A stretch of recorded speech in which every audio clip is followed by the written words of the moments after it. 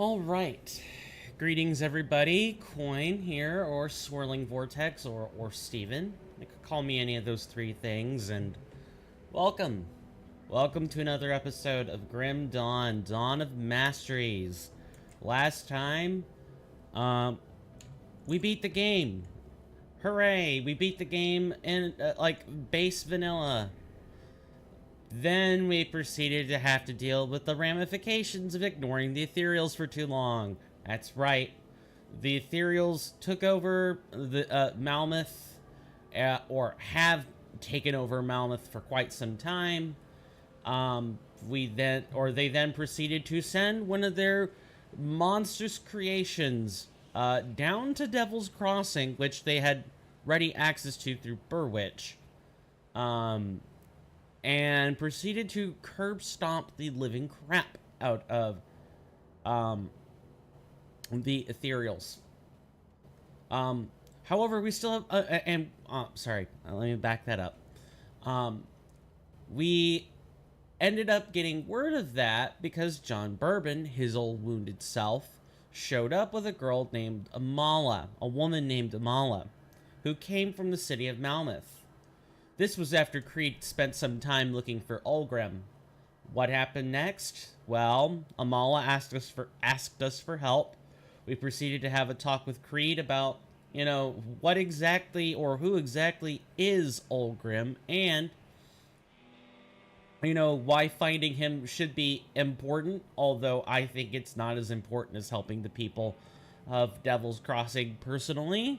That's just me. Ulgrim is a aged old dog. He'll survive just fine. But then we had business to tidy up. We still have business to tidy up. And that's what we're going to do today. We need to find Bane Gargoth and finish the quest line for Kaiman's Chosen. We've got a dirty, dirty little secret that we're going to learn. How do I know it's a dirty little secret? Because I looked it up. I looked it up so there wouldn't be any surprises for myself, and I could explain what was coming. Not only did I look it up, I also looked up how to find the Obsidian Throne. You know what you gotta do? You gotta sift for it. You gotta sift for it because it's random. It is random. We know it's in the Plains of Strife. Like, that part is guaranteed. But where exactly it shows up in, like, the Plains of Strife, you could have, like, 2 or 3 different locations where this particular rift shows up. Which was why it was such a nebulous quest. And it was so hard to do. It's hard to find. I even leveled up, I believe I leveled up one time while I was trying to sift for it during one of my previous attempts to get a stream going. Speaking of which, I'm uber sorry about the 2 broadcasts. I really am. I had intended to stream as a makeup on Tuesday, and I intended to stream properly last Friday, but stuff got in my way. Also, I wasn't exactly feeling at my best. What the heck? Please tell me that this has, like, a limit. Otherwise, we get no skills. Gonna eventually have to, like, stop putting levels in this at some point. Can't have infinite levels in a skill. I did also, I believe, get an upgrade. I upgraded to the Mythical Guildum Arcanum, Commendation. That was one thing. Also, due to the way I was able to make a couple of very necessary upgrades, I have changed out one of the components so that we have almost 50% bleed resist and almost 80% pierce resist. Almost. We're not quite there. So even when I'm trying to do all this setup for you guys, please rest assured, I do what it takes, or I do my best to do what it takes in order to make sure we can actually do the content. I have ground up keys before. I'm trying to be careful not to step on a bunch of landmines. I try to make sure that we're capable of doing the content at hand. Try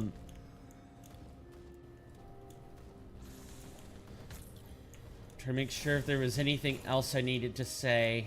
No, that's really about it. Hopefully we'll find this rift sooner rather than later, and then we can play that gorgeous DLC. I can't wait to start, because boy oh boy, does the DLC have some interesting implications. Not the one we're about to engage. I'm talking about the whole picture, of which this DLC will add to. I'm talking about the whole picture. The DLC has some really interesting implications for the story in Grim Dawn. It's easy to say, oh, look at these monsters. Look at these, and maybe for the Chthonians, that's true. But I think what we're going to find is that the Ethereals have a much more interesting tale. One that doesn't fully resolve itself until after the events of the Forgotten Gods. That's when the Ethereals entering the picture will make a lot more sense. And maybe you'll even feel some empathy for them. I know I did when I read the story. Get off me. Jeez. Are you guys like that eager to touch? I don't know. I've also discovered a lot of blueprints since playing. I know I have not nearly discovered the complete run of them, but I have crunched a lot of blueprints. I've even had to sell some ones because I've bumped into so many blueprints. So how's everyone doing? Hopefully okay. I'm doing all right. At least I'd like to think so. I woke up at like 12. It's 12 Eastern Standard Time. I gotta be careful. I then proceeded to spend like 30 minutes trying to troubleshoot one of my other projects. And stressing out about making a thumbnail for this one, and then I remembered, oh wait, I messed up and didn't stream when I was supposed to. So my thumbnail was still intact. Yay, I guess. It's not really a win. Oh. Also, one other thing I've done is I've ratcheted up the loot filter, so now we're only getting, the only greens you see on the screen are monster infrequents. The rest of it is all, like patterns, components, epic gear, legendary gear. Yeah, I've done a lot to make sure that our viewing experience has a lot of pleasure to it. Like, look at this. Now we get enough blues that we're almost getting them at the rate we were getting greens before. So I thought it was about time to, tinker with that loot setting and make the game a little bit easier to look at and not. I've seen some videos of like Diablo 3 guide makers. I'm forgetting the name of one in particular, but his screens always had nice glowy blue, purple, and orange bits in them, always.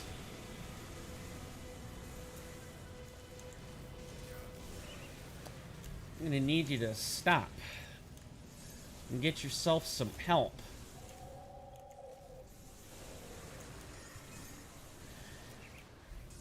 The enemies, you're gonna like learn that you shouldn't turn your back to me, or you're getting a lightning bolt to the back.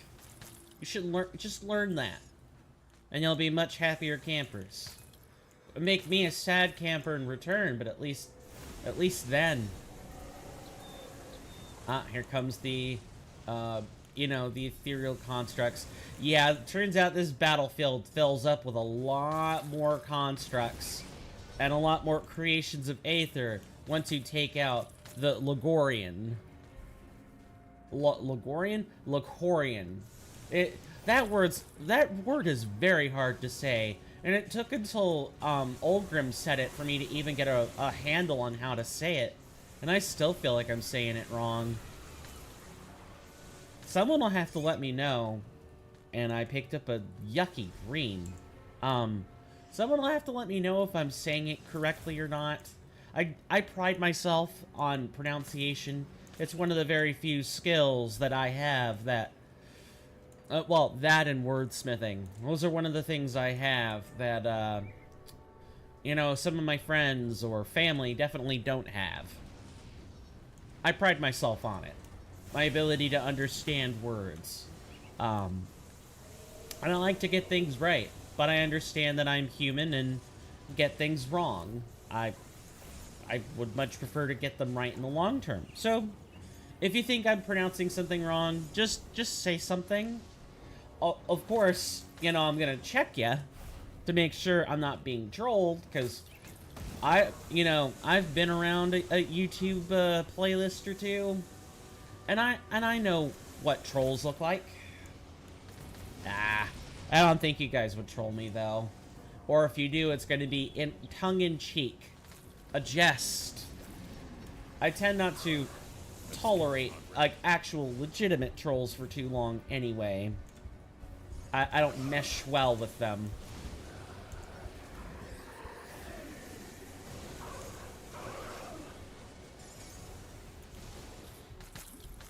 I realize I hate showing content we've seen before. I hate it. When we get to the Obsidian Throne, I suppose that'll be a different matter, but I don't like repeating content. I'm gonna have to do that with the stuff that's Discord exclusive. But I can tell you guys about it. The only exclusive part is the content itself, not the making of it. That's not exclusive. So our Discord, of which I am privy to only three-ish members on, we all took a vote on what we wanted to, you know, do for the Discord exclusive. They decided Divinity Original Sin Enhanced Edition, and I'm like, okay, I'm gonna spice this baby up with some mods, like I normally do, because Divinity Original Sin is a bug-filled mess. Even the Enhanced Edition, and the gameplay loop itself is just very oppressive and restrictive. And mods help with this. They make it less oppressive, less restrictive, less arbitrary. You thought you would rise from the ashes to get me. So I spent some time looking through Steam, and then I had to spend more time. We made 2 videos with mods from Steam, and I picked up 2 yucky greens. Gross. What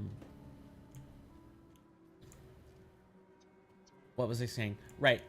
We made 2 videos with the Steam mods. And you know, as it turns out,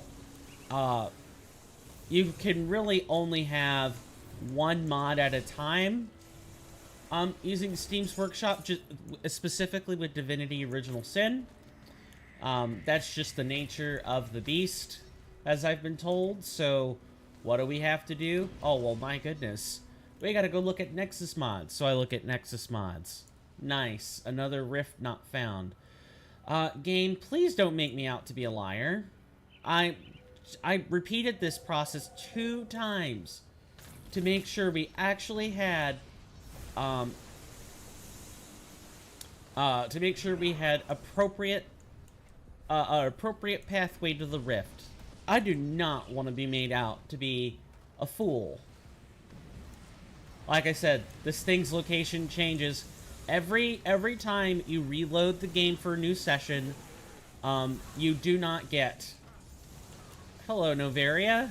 Nice to see you for like the 1000th time. Goodbye, Novaria. Yeah, this rift likes to move around, being a rift that leads into the Hearts of Chaos. I mean, it's fitting, it's flavorful, it makes a lot of sense. I don't like it. I don't like it from a let's play point of view. I don't like it from a content creation point of view. It makes it very hard to find the rift again if I have to repeat it. It makes it super hard. But complaining gets us nowhere, right? We're in a land filled with the monstrosities of the dead, spirits from the beyond, and chaotic entities from the next dimension. Complaining gets us nowhere. So I'll do my best not to do that.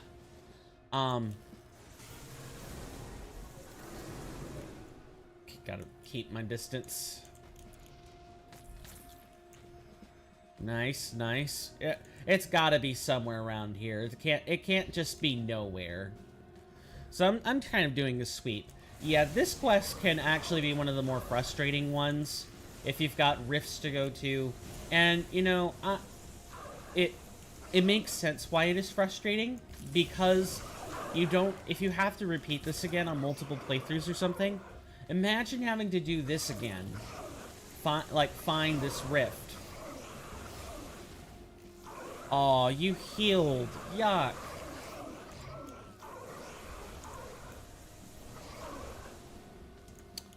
Okay, well, I've talked about it like it was some disgusting thing.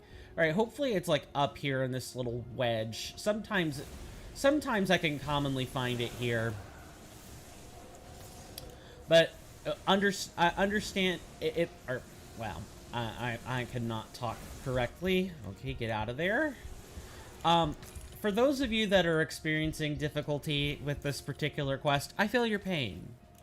Know that I understand how hard it is. And you have a friend in your corner for that reason. All right. Clearly, there's no chaotic rift anywhere to be found, and I'm gonna have to reset the game again. Hate it. Are you done pursuing me to the ends of the earth? I definitely feel like I might have to complete it off camera next time, if this is how it's gonna be.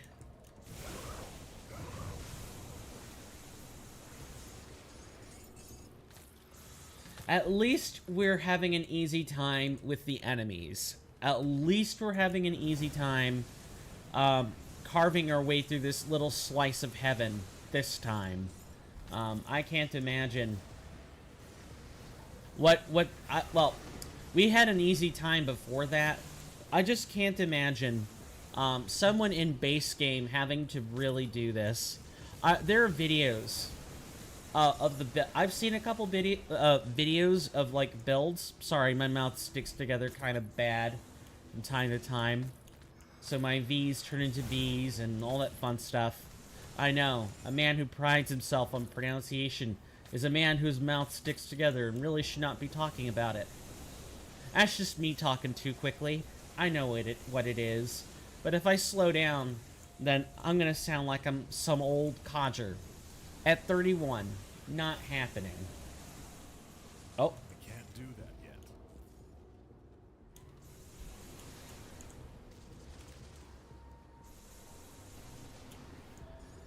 Jeez, I thought that would never end.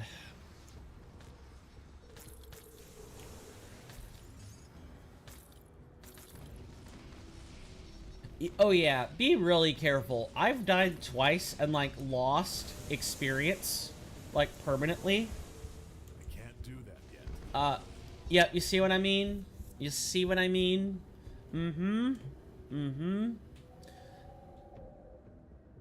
Death comes easy.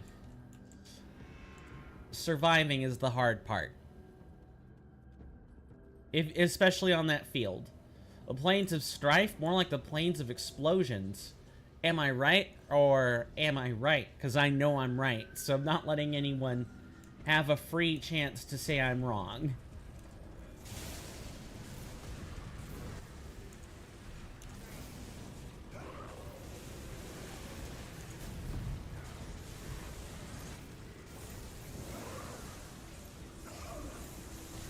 we've seemed to have collected quite a bit of attention.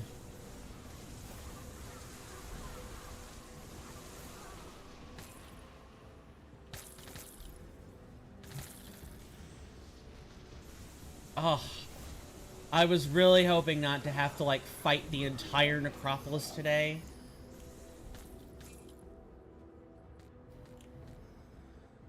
Good. We only fought a little tiny section of it, and I am fine with this. Look, in Grim Dawn, you learn to take the victories you can get. And you don't dwell on the past for too long. But sometimes, I tell you what, it feels like this game does not want to throw you any bones at all. I mean, good luck. Good luck, like, player. Good luck, gamer.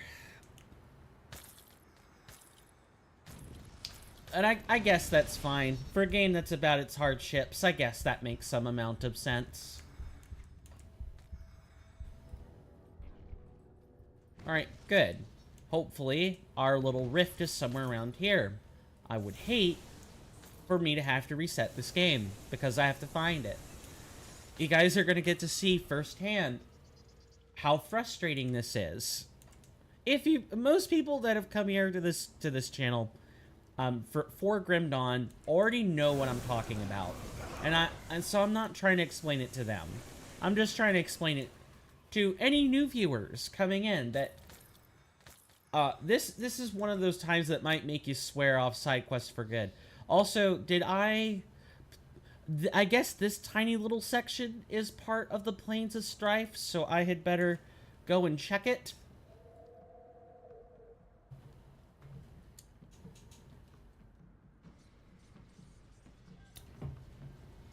You might have to reset once or twice to get it. I know the very first time I attempted to get this set up for stream, I did have to do this. I could not just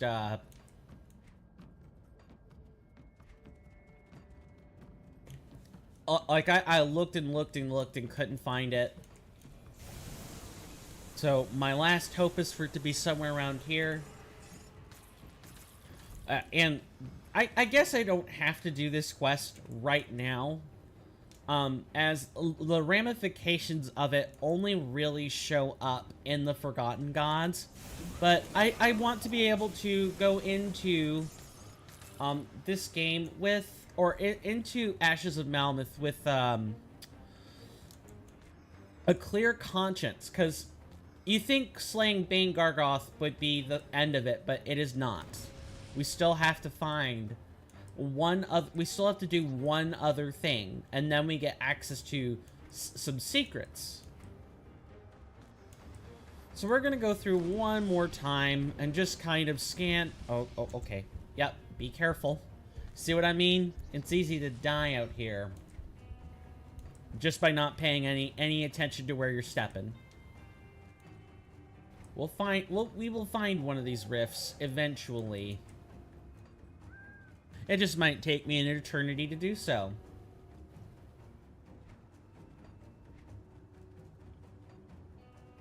So here's an engagement question I guess I can ask or state. You know, has anyone else ever had, like, this could be something in an MMO or something in a game that has lots of side quests. You ever have one that makes you go through some absurd stuff? Or you ever get a quest that where you have to, like, grind and grind and grind for enemy drops, and it seems like it's going well, and then for whatever reason, that last item just won't drop, like, at all? Oh, I can't count on my hands and feet the number of times I've had that happen to me while playing World of Warcraft or Final Fantasy 14, is it? Or, some other MMO. I can't count the number of times that I've had a quest where it's like, hey, get 5 plant juices or whatever. And you gotta go kill this carnivorous plant to make that happen. Cool, great. The presentation is fine. The enemies are easy to find. but for the life of you, you just can't get that item to drop. It's a sucky experience. But I guess that's the algorithm for you. It's not like the programmers are doing it maliciously or anything.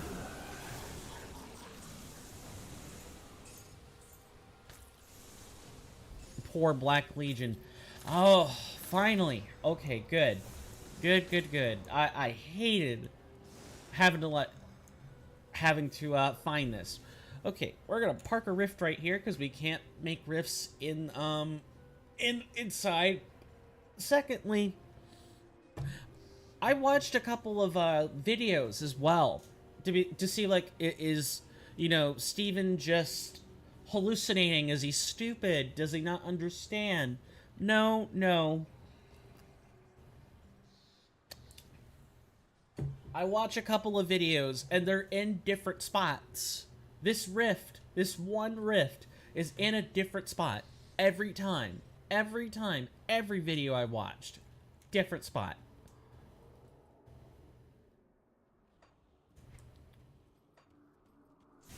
My hope is that I found the correct one and we're not having issues. Oh, I am so dead. Yeah, I'm dead. I figured that would happen.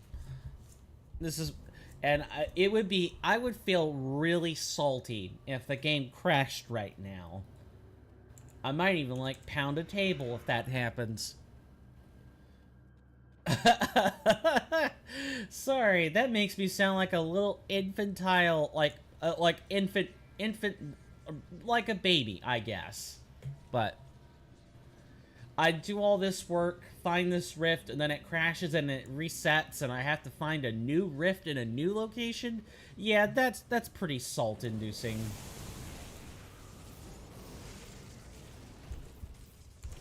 Of course.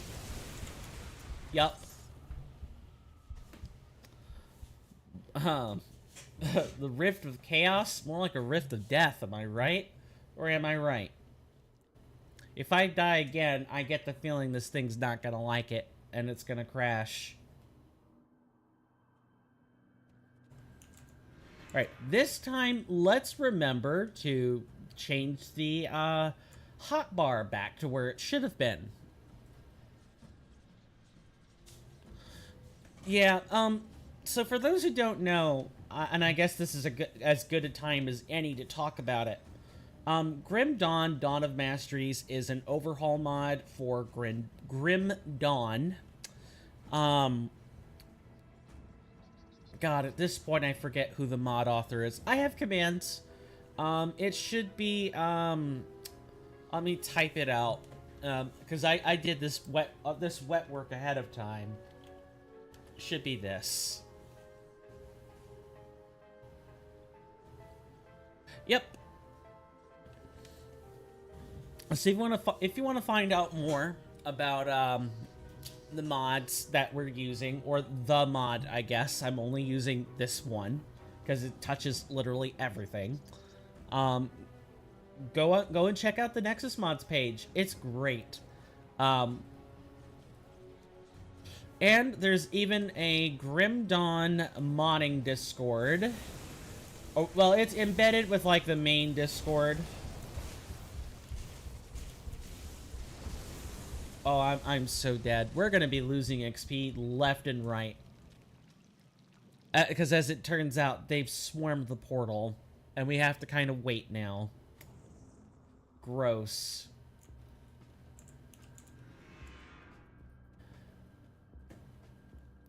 We're level 86, and we still don't have any defensive towns. I think I might spend the next couple of levels really trying to just, like, do something to increase our defense. I don't know what that's gonna look like. It might need to be something like Citadel of Ice. Let's see, damage absorption, cold. Yep,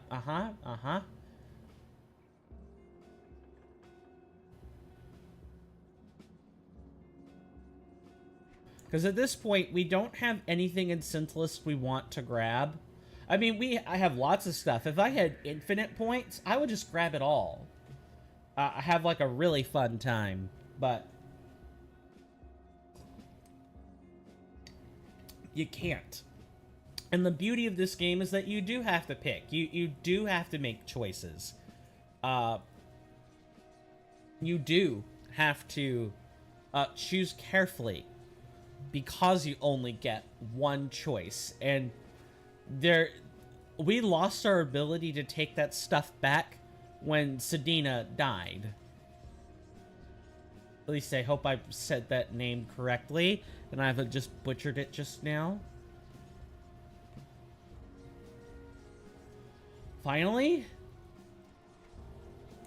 Oh, no, it parked me in a different place. Not good. We're going to plop a crystal.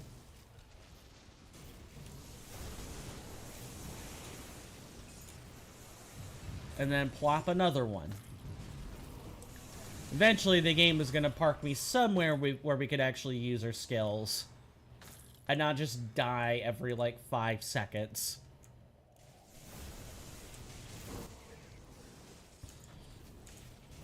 Kite things. Don't stay put. Running is a valuable skill in Grim Dawn. It really is. Although running into things you don't know is not a very good practice.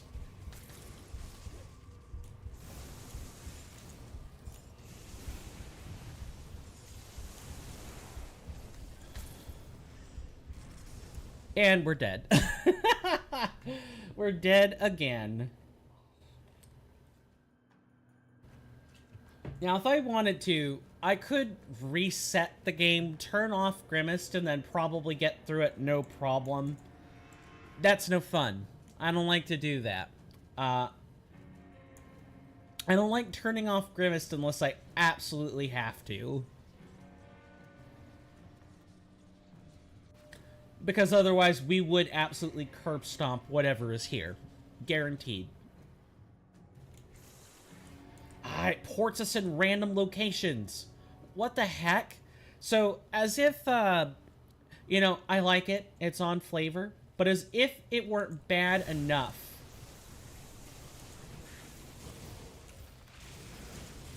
For us to end up... You see? I'm gonna have to take elixirs when coming into this place. That's ridiculous. Absolutely ridiculous. I like it, but... It's definitely very frustrating. Alright. Time to hit the stash. I'm probably just gonna need all of my defensive stuff. I'm gonna go ahead and clean up inventory again. Not something I like doing on camera multiple times, but it kind of can't be helped at this point. Right over here. And learn that blueprint.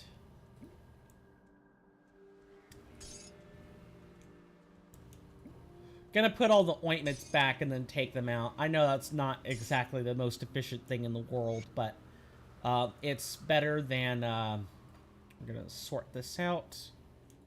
Put these things back. Don't be afraid to use your items. That's what they're there for. Me, my sibling, and so many of my friends, we all fall into the trope of, but surely there's a better time where we could use all this stuff, not realizing that that better time might just be right now. It's the classic hoarder syndrome. You never know when you're gonna need it, so what are you gonna do? Hold on to it forever, not knowing when you're gonna need it, like, at all. We're going to... We're just gonna buff it up. We're gonna buff it all the way up. I don't like doing it, but sometimes it's just, that's what you gotta do. Going to put on some Lifestealer oil as well.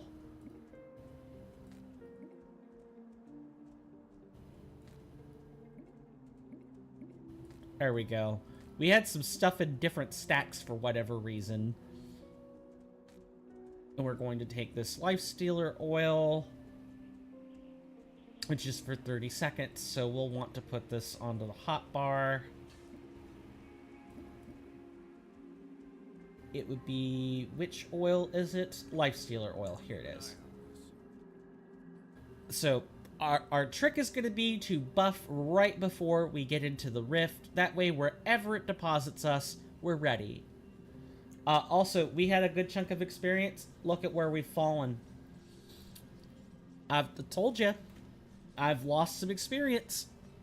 Like, just try to find this rift. Never mind the hard time it's giving me now, for whatever reason.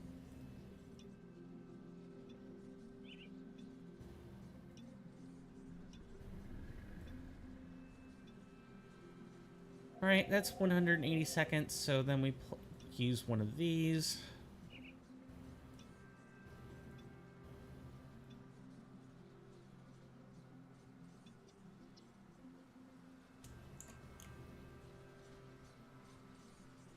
Alright, let's do this.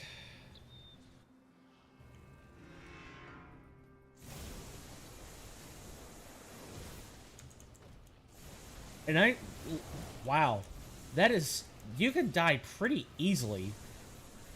These enemies are very brutal.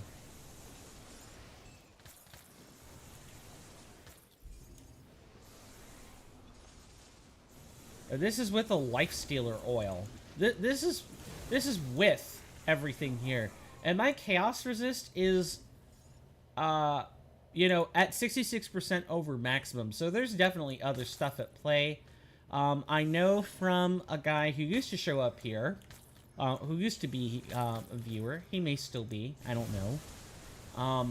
Last time they told me anything regarding this, they said that there was a sapper of HP in here. And I believe it.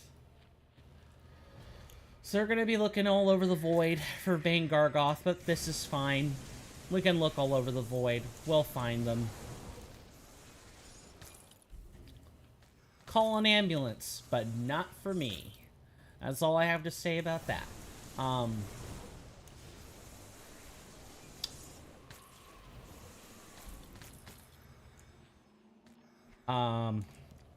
I'm blanking on what it was I was saying just a moment ago. Sorry, this happens from time to time.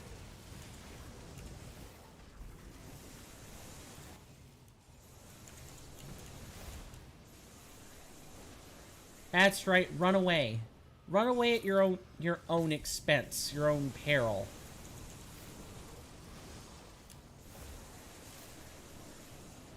We're handling a lot better now. I hate that I had to drink all that stuff. I'd much prefer to do something on my own power if I can help it, but sometimes you just gotta you gotta help yourself. Otherwise we would have been stuck. Now, if we don't find Bane Gargoth here, I'm gonna get extra salty.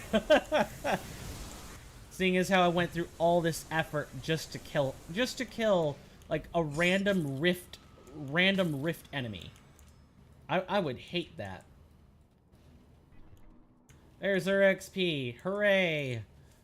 We only lost like 70,000 experience in the process. Because you don't even get everything back when you reclaim that, at least I don't think you do, anyway.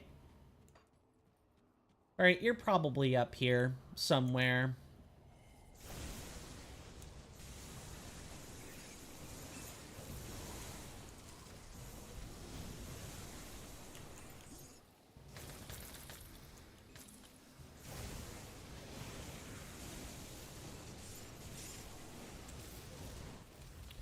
Oh, I was pressing 2 like mad. I didn't think I was ever gonna get out. I don't know. I guess I need to start coming up with a list of things I want to talk about. Because it is getting harder for me to just talk off the cuff like this. For whatever reason. It's the brain fog, probably, more than anything.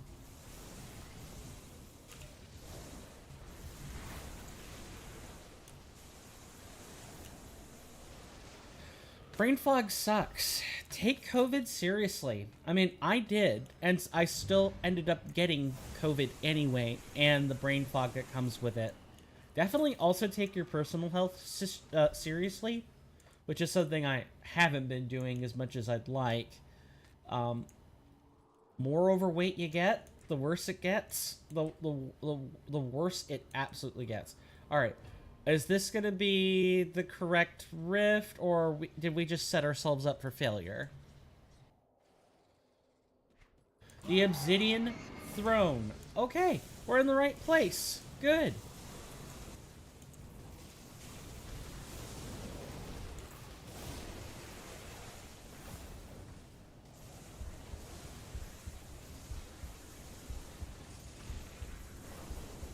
That skill's not ready.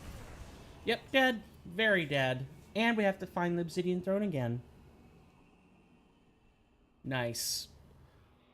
I knew I should have put that on, like, on the hotbar. It goes in the hotbar now.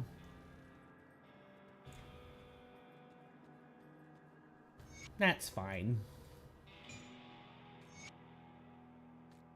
Going to just put these things in here so we have an easier time next time.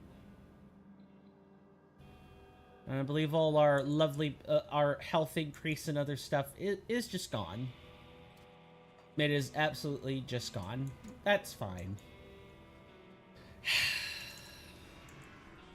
Sometimes you just get games that are difficult. Grim Dawn is not easy. Early game is rough. Late game is almost as rough. I mean, really the only thing that has changed from early to late is like the kinds of things you can do with it. You can still be well out of your depth. Where are we now? Of course we're in another random place.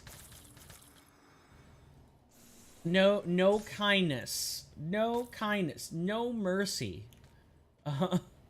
This is very, or fairly salt-inducing. And we can just beeline it for, the Obsidian Throne. Because this place is awful. Very, very awful. No, I'm not letting you get me today. You can forget that, chthonic, entities. Take a hike. If only I could put a rift here. Alas, I cannot. That's fine. Alright, so let's drink it up then.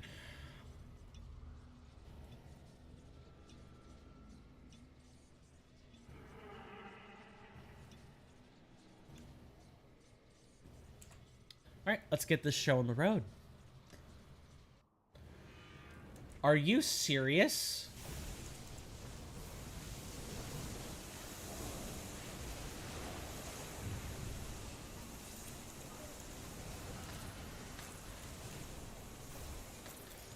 Wow. I had to pop that just to survive. Holy Lord. Awful.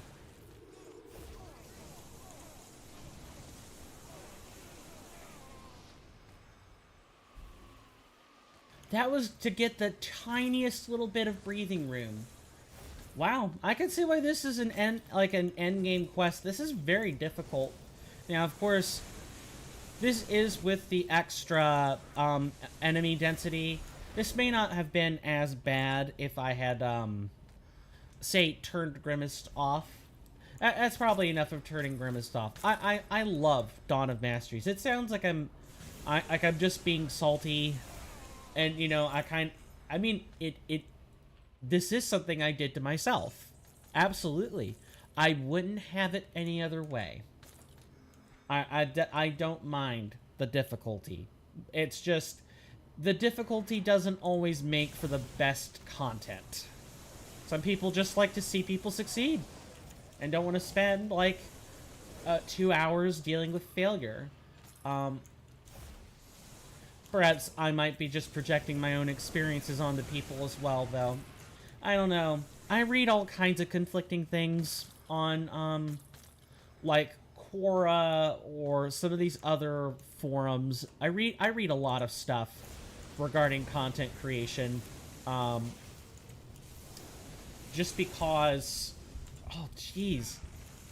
Are you done sapping my health yet? I read about a lot of material because I care about it. Ready. Stuff matters. Oh. Good. I was a little worried I was gonna die again. And I would have hated that.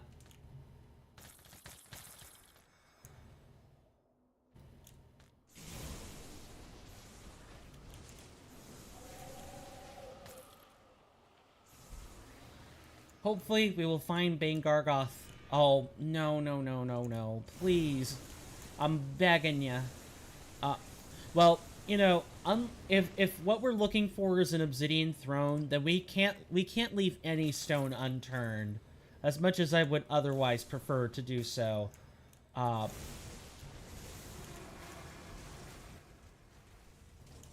It is definitely getting off me time, and not anything else.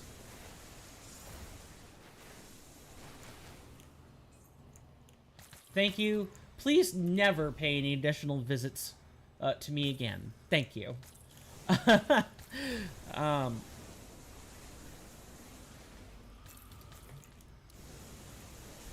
If I didn't enjoy this, I would not be doing it for a single second. Don't let my reactions fool you.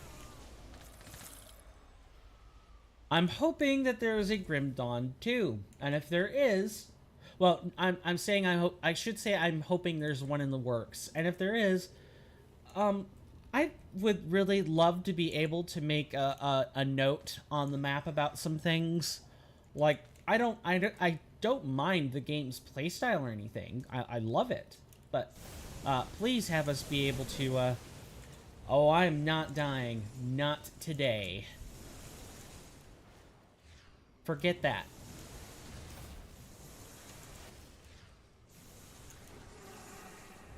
And don't take unsolicited rifts. You never know where you're gonna end up.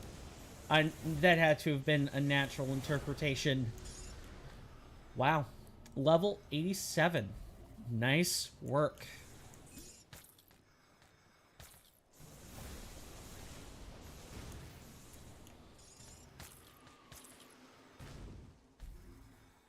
Alright, let's level up again. Maybe put another point into spirit. Alright, at this point we're definitely adding resistances or like some sort of defensive skill. So what do we want?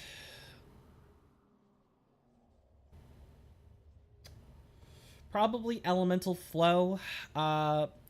10 damage absorption, 8 health regenerated per second. Really, the physical resistance and avoidance is what I'm looking for, more than anything.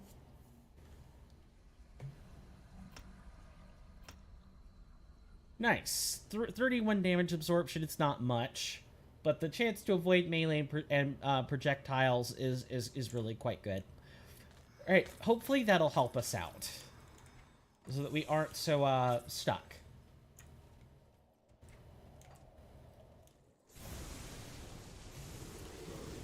Ah, you thought you would try a pincer attack, did you? No,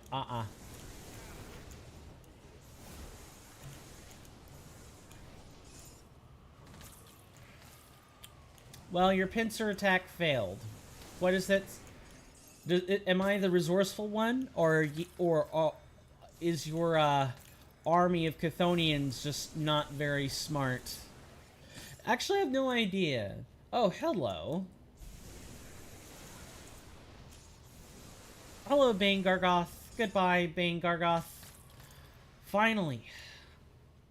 So then what was this rift back here? I also want to check out what this is, though. I really thought I was going to have to turn some kind of corner or make sure no stone was unturned. Ah, we are in a fittingly random location in the Plains of Strife. Okay. We're going to return now to Sorrow's Bastion.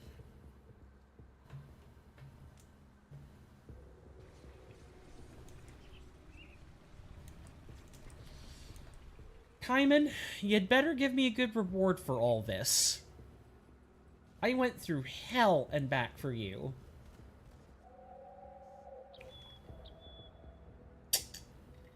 Oh, trust me. I think this is very much worth the reward. Promise. Alright, Kaiman. Have you braved the Obsidian Throne? Yes. He lies dead. You are a brave soul, and your loyalty to me knows no limits. When the time is right, you shall become my agent of righteousness. With your help, I will banish the darkness from this world and restore Cairn to greatness once more. What is your will? You have been a loyal follower, and your zealous dedication to our cause is admirable, even beyond my first chosen. It is Empyrean's will that you handle this task personally. I would be honored. I must be frank with you. The burden I'm about to place upon you is a difficult one, and I can only entrust it to you.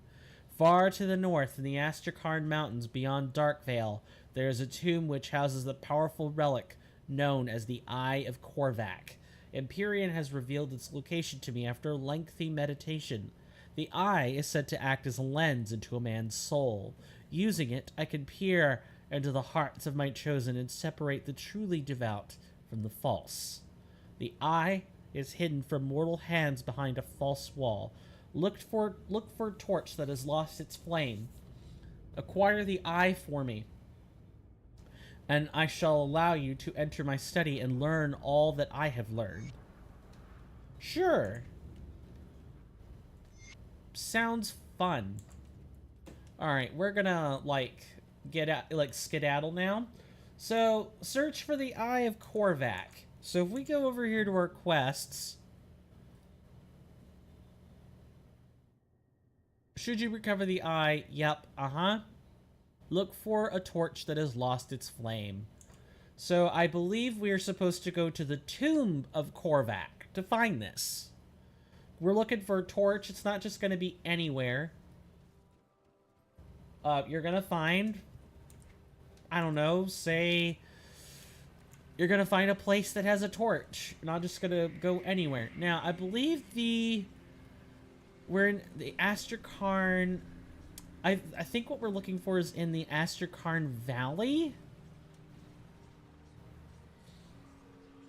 If my memory could be incorrect, again, this is something I read. It's just kind of something I know.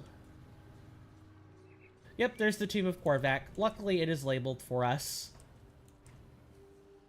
And it's not too far of a hike from the rift either.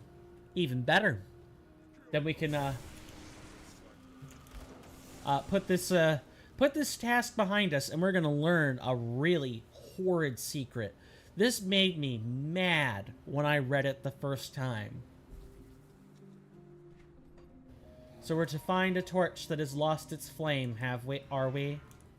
I believe I remember that we actually explored this video. Wow. My misspeaking knows no bounds. We explored this place in a previous stream.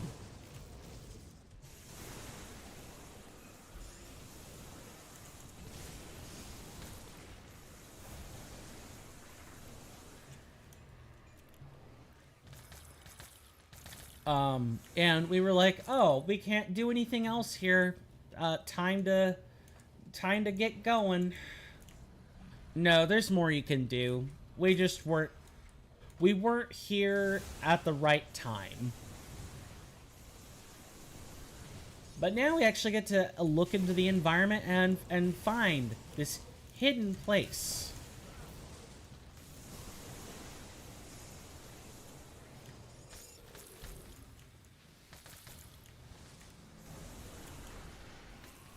Thank you for your custom. You are a bit of a deal easier to handle than some of your other brethren. Obsidian Throne, never again. Never again. Not without a good reason. No, absolutely not. That place is BS. Getting to it is BS.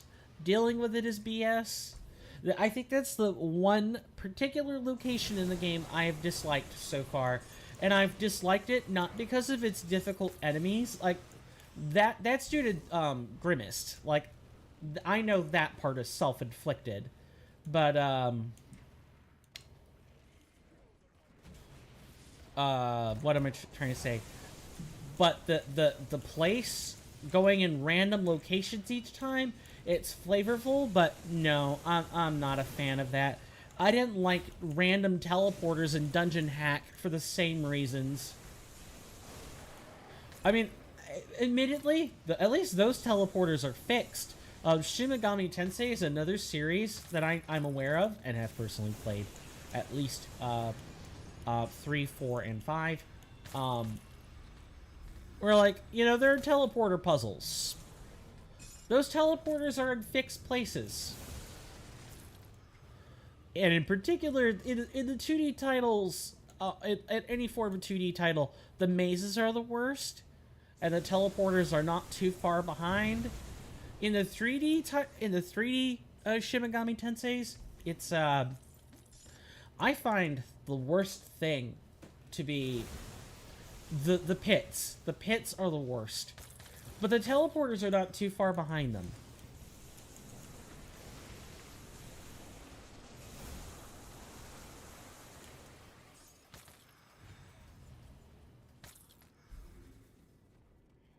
I trust we'll find a torch sooner rather than later.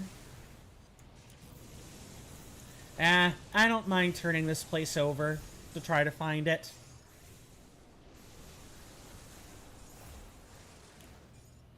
It's really not that difficult to navigate here.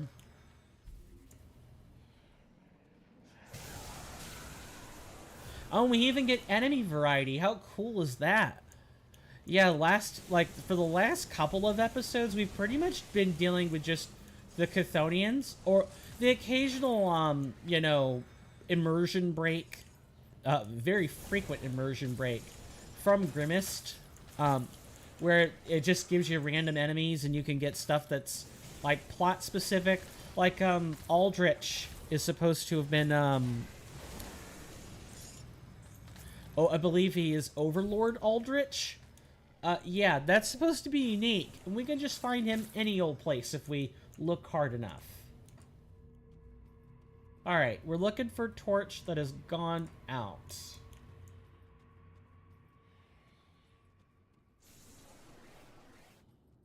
We're in what looks to be like an internal mausoleum.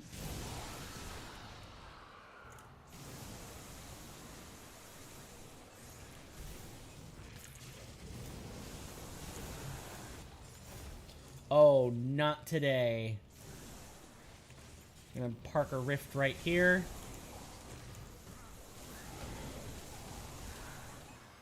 Hello, Lord Executioner. Goodbye, Lord Executioner. I promise this is the last of the old content. Like, it really is. Okay, the crypt is not the same, though. We need to make sure we've looked at this pretty carefully. Loose torch. Okay, this is the place. Got it. So we're going back to the crypt again? We went through this crypt of... Oh. Never mind.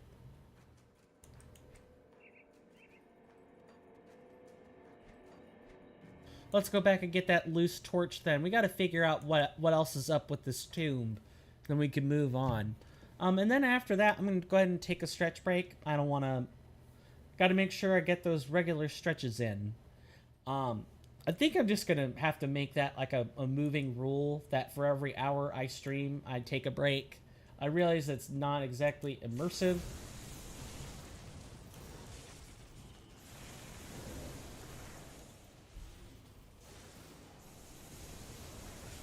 Alright, Hark Bargoth. Hark Bargoth. See, these Chthonian names are hard for me to pronounce. That's gotta be something I've heard in media, or, you know, I've heard someone else say.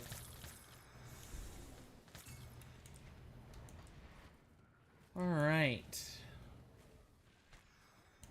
I can't tell if there's fighting over there or I've just damaged them through, like, extra effects or whatever. We know where the loose torch is. The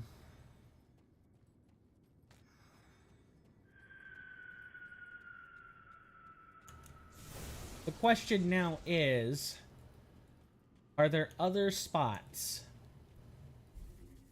That's the crypt entrance again. That's the stairs up. Right, right. This isn't a crypt you can visit again. Wait, what?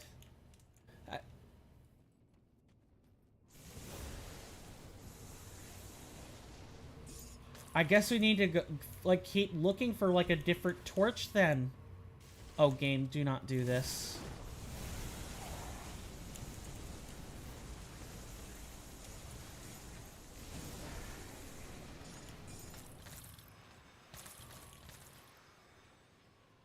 Well, it isn't like I haven't, like, read or anything. I might need to take that break and just confirm that what I'm looking at is correct and something else is wrong.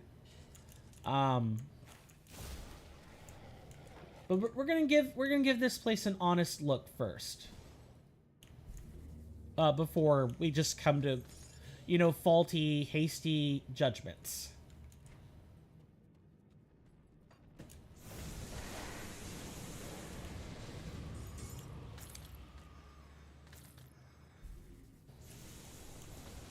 I also like that unless you're not really given a prompt, you do have to, like, think about all the places you've been. Hopefully we don't have too much of that going on in, like, the initial sections of the DLC, because people may or may not have you know, taken a break from it since then. The hope is that there will be some kind of hand-holding early on, and then later you can sort of quickly let go. Like, give the player a sign of where to go. And I like that the first few initial quests of the DLC have been, hey, you know, here are these characters you may have forgotten about. They're important. Don't forget them. And, you know, I'm gonna get out of there before I die. You know, here are these characters. Make sure you don't forget them. Oh, by the way, that area up north in Burwitch, yeah, we're gonna do something with that now. In case you were wondering why it was closed off. Alright, hello, little Chthonian. Goodbye, little Chthonian. You know what would be really neat? As if,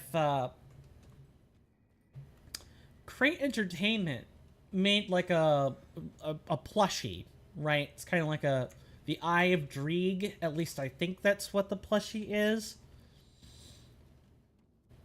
They should make one for the representatives of the of each faction. Like, they should make a little Chthonian Rift Horror plushie. I bet that would be a nice sell. All right, we're looking for a false wall, right? Like, look, there's a ghoul.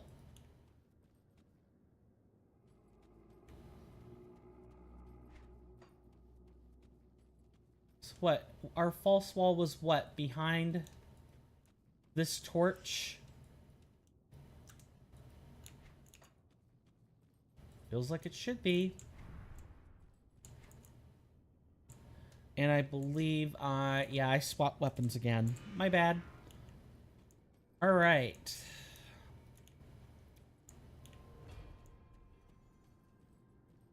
There's no way it's this crypt entrance, because we just took that entrance. It took us right back. Okay, I'm gonna have to look into this matter, as per usual. That's been a... Well, hang on. There it is right there. That's where the passage is. But why can't I go through it?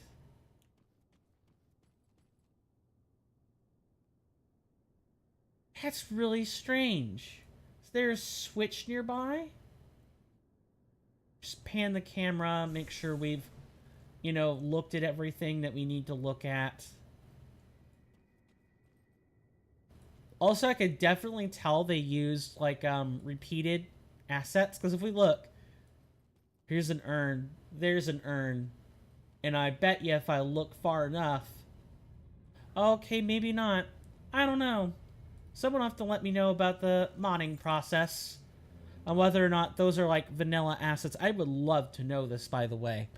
I love learning hidden things about the games I play. Rotting corpse. I guess when we come back, I'm gonna hopefully have an answer for you. I'm gonna take a 5-minute break. It's 1 hour and 11 minutes into the stream right now. So I expect to be back at 1 hour and 16. I don't have a commercial or anything I can play for you, but I guess enjoy the silence, as Depeche Mode would say. Enjoy the silence, and I will be back after this short break.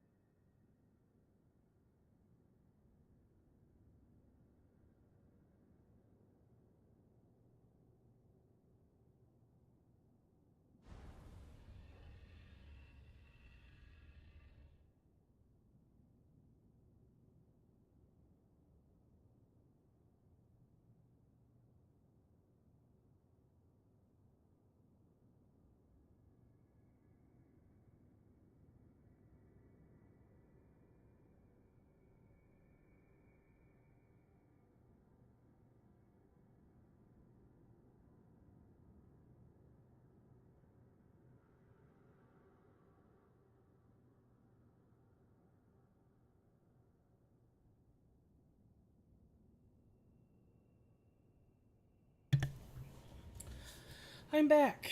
So sorry about that. So, loose torch. Yep. That's the thing we need to find. It's this loose torch. There we go. We just click on it. That's the only thing we were missing. So sorry. I tried clicking on it, but I guess I just wasn't absolutely clicking on it. I might have just been clicking on a frame or two, and that's really about it. Oh, well, hello. We have enemies across the way. Well, not for very long.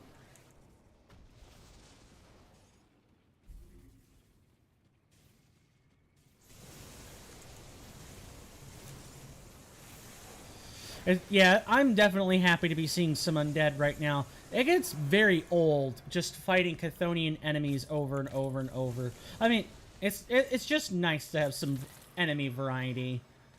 I trust this is a small place. Or maybe not. It might be a big place. Who knows?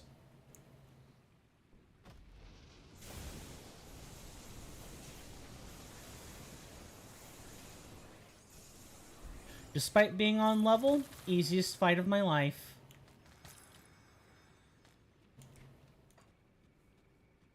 Yeah, it would be nice if we could get on with DLC sooner rather than later. So, how's everyone enjoying the gameplay so far? I would say commentary, but my commentary has been garbage so far. Definitely not something... well, hello. Sharonadu? Well, that didn't take long. I don't think I ever clicked on it. A shriveled eye brimming with arcane energies. You can't help but feel as if it is staring back at you. No, nasty, dirty monster infrequent. Get out of here. I don't want to see that. Hide your children. Well, okay. Cool. That's another little personal saga over. So now we can go to Sorrow's Bastion. We can learn this nice little secret. Can't wait. I mean, I know what it is, but I'm not going to mention yet. I think it's best if we, watch it together. See it together. Also, before we... And this is just kind of a little bit of a tease here. In the process of,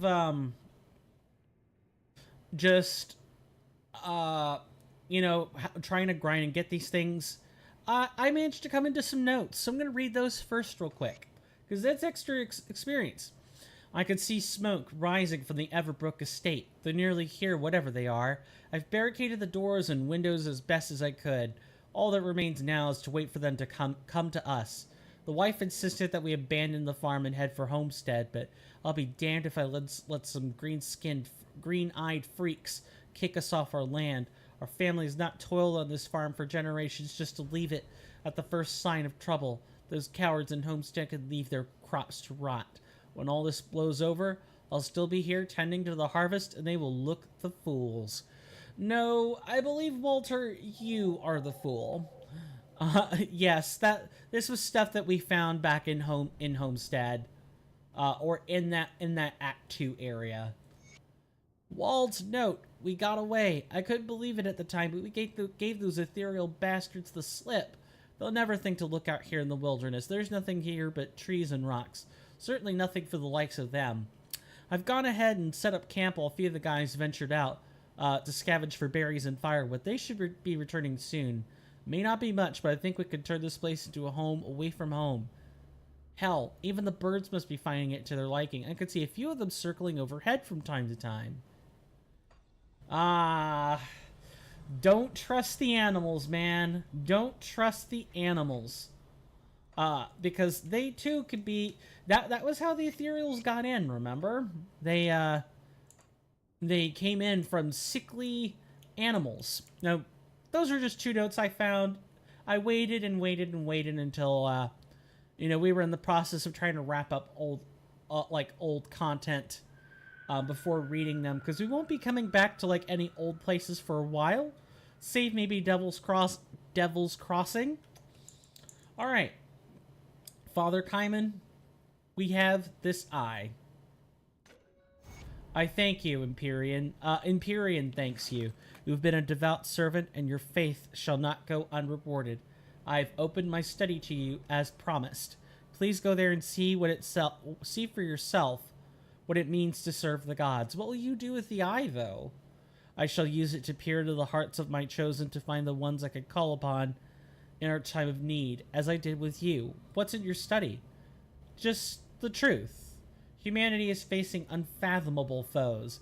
It is our duty to make the necessary sacrifices, even if they go against our own convictions. I see. I will take a look. Serve the gods, huh? You truly are a chosen of Kaiman. Empyrean will surely reward your faithful service. I hope it's Empyrean we're dealing with.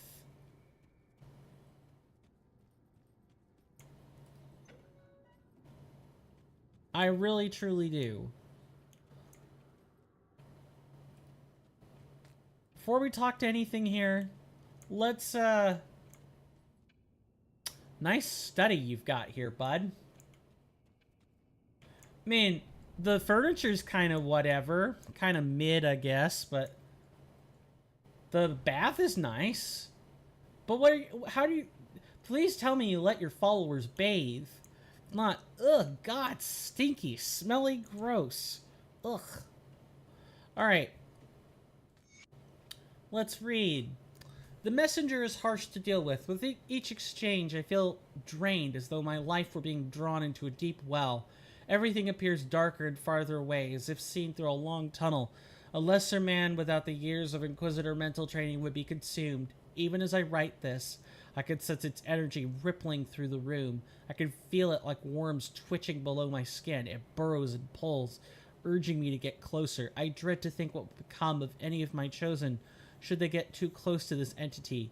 What would remain, I cannot say, but I suspect the messenger would shuck the mind and claim the body for its own. I fear there are none who would understand or survive this secret. I alone must shoulder the burden, and so I will steel myself and endure. I have taken on a great risk, but the fate of the world hinges on the success of the chosen and the pact that I have made. With whom? There are questions that have been scratching at the back of my mind. I have tried to push them aside, but with each conversation I have with the messenger, they become harder to ignore. I must ask, when the last demon is driven from this world, what will become of us then? In my heart, I fear I already know the answer, but dare not speak it out loud. I have no doubt that I've made the right choice. The power I have revived will be humanity's salvation from the blood fiends of the chthonic void. However, there must always be evil, and when there is no evil left to conquer, who, or more frighteningly, what, will fill that emptiness? Will we become as reviled as those who we oppose? The primordial powers have no care or sympathy for humanity. Without shackles, this power I have borrowed could be just as disastrous or perhaps even worse than Chthon. I now wish I had not burned the town where I awoke this ancient being. If it ever needs to be stopped, I may have destroyed the last remaining knowledge to unmake it. Well, well, well.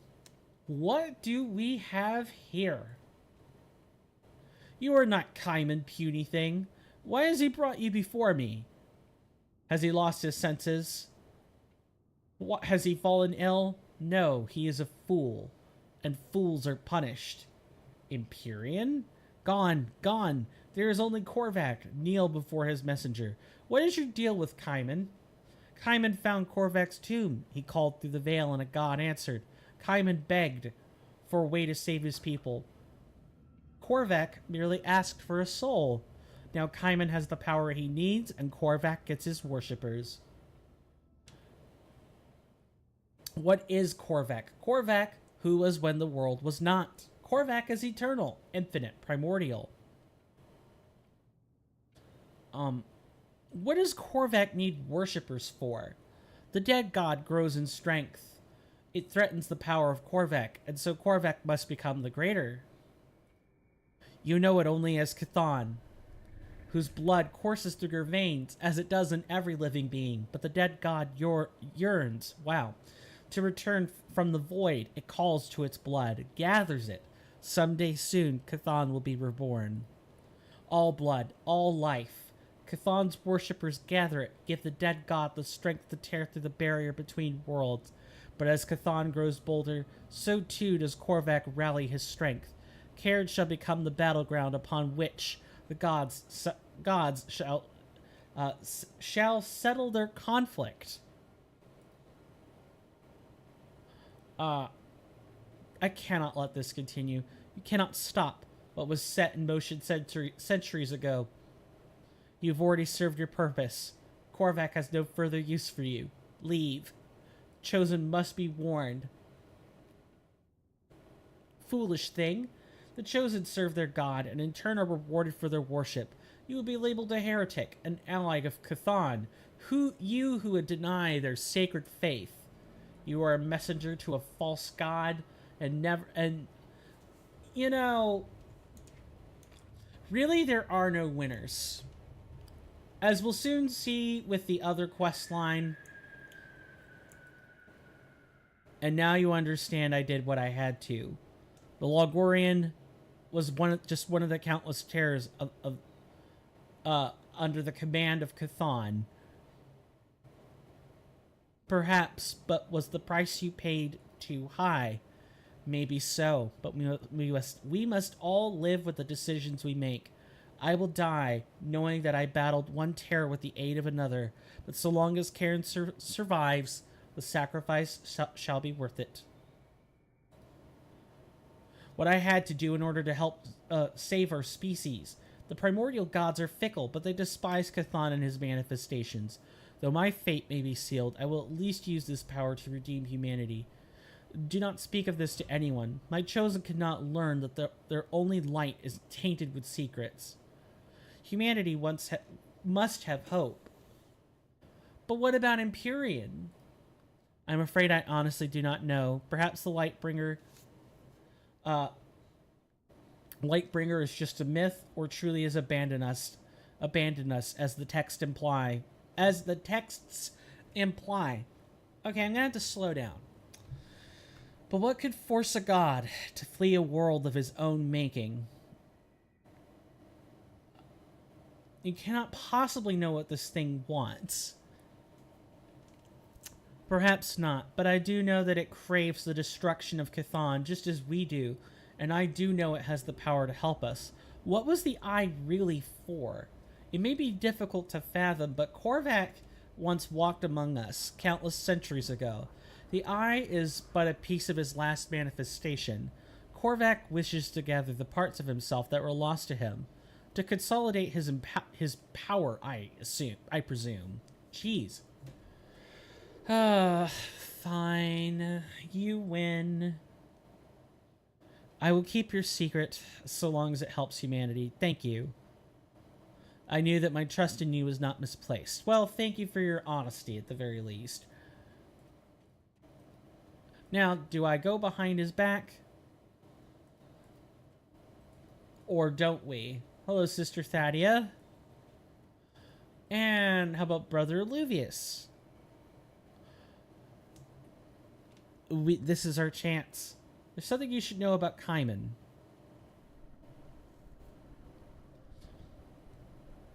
I've heard all the praises. You're right. Farewell. So we could mention this. We could definitely mention this. We've already made some irrevocable conversation decisions. I'm gonna hold down on this until the end of the game. I have my reasons for this, but it's kind of like dealing with Modrigan. I don't want Modrigan and the Rovers to hate us. I get the feeling that Cairn is in no better of a position before the Grim Dawn, or after the Grim Dawn as it was before the Grim Dawn. Same shtick, different story. But that's kind of the beauty of it, isn't it? Same shtick, different story. and concepts of people bargaining with powers they do not understand. People bargaining with like powers and beings they do not understand. Very much leaves a lot of people, especially themselves, in a really bad position. Good luck out in Ugdenbach. I've only traveled north of Burwich a handful of times, and the journey was never a pleasant one. I cannot imagine it's fared any better with a lack of patrols and human activity. We're counting on you to find a way to Melmoth. I know you won't let us down. Alright, so I've held on to our pendant and the keepsake. We're going to clean up our inventory, kind of just one last time, because I don't know what we're going to find here. Have you found it? See anything you like? I don't know if I've seen anything I like, but I will tell you what. I can see some things I don't like. Look at all this, look at all this stuff. We're going to just put that back in here. Hopefully we won't need it. Now, I happen to know that Bloodfang Oil Elixir of the Ancients. Okay, yep. Just making sure I've got this correct.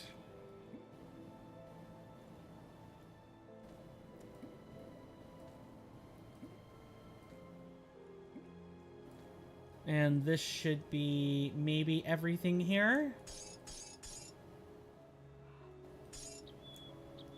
Yeah, should be.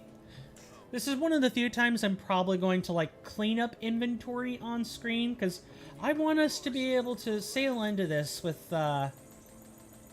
no reservations. I believe we probably need something like 75 sticks of dynamite. 80 sticks of dynamite. Alright, Darlet. You know the deal. We've done this many times before.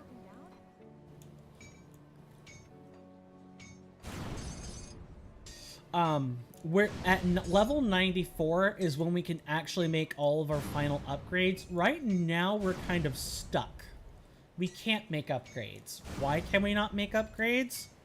Well, you see, there's this little... I actually attempted to do this off camera. There's something about needing the Black Legion to have a certain reputation to it, a reputation of revered, and outside of like killing very specific enemies, like very specific. I can't believe I missed putting that away. Outside of killing specific enemies, we have to betray the outsider. And we have to do that on a different playthrough. We can't even do that in where we currently are. Kind of just have to wait.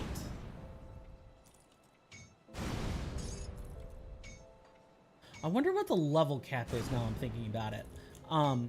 Sorry, just random thought, I guess. Is it 94? Is it 99? I would love to know.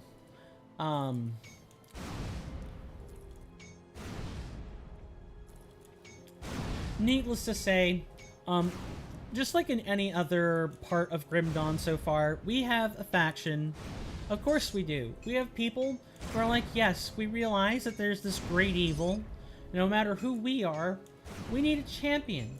We need someone who's going to help us out. And that person's going to be you. You do that, we'll confer a whole bunch of favor upon you. That's really about as much as I know about as much as I know going into this DLC. That we have a faction. If I had to really hazard a guess, I'd say it might be the Coven themselves. Just based on, you know, we're presenting them with an offering and all that fun stuff. And the Coven is probably the group of people who would know best what is going on in this little slice of Cairn of theirs. We might have to team up with some unlikely people in order to destroy the ethereal menace for good. Or severely cripple them forever.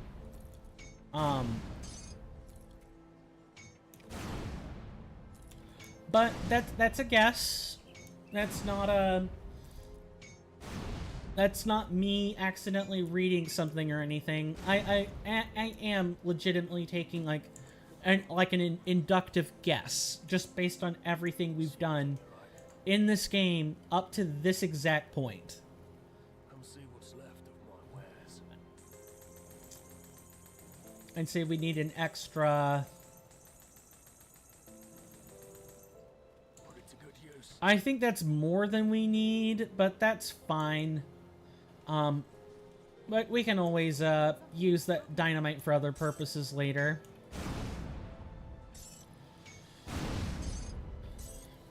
This is definitely the most tedious part of the game by far, but that's fine.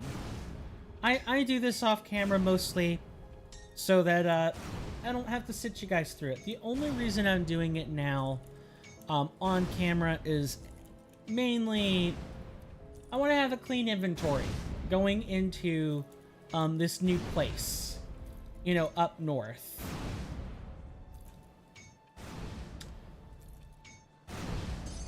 Because we've only been dealing with the monster infrequents and loot that have come from, you know, the main area of the game. I'd like to see what the new faction's going to sell. I'd like to see, you know, what we're going to get as drops. All that fun stuff. Maybe going to this new land might help us explain some of the choices, like some of the enemies that we were supposed to have seen much earlier that we've kind of gotten a big smattering of throughout the game. Maybe it'll be those plant monsters that we fought earlier on. And we're kind of like, I don't know what sort of, just gonna sort this out. Sort it, like, vertically. Yeah, I thought I probably bought too much. Ooh, we got a whole key out of that. Maybe it'll help explain where some of the newer assets come from and stuff. Don't know. This is kind of a, at this point, it's kind of a journey we're taking together.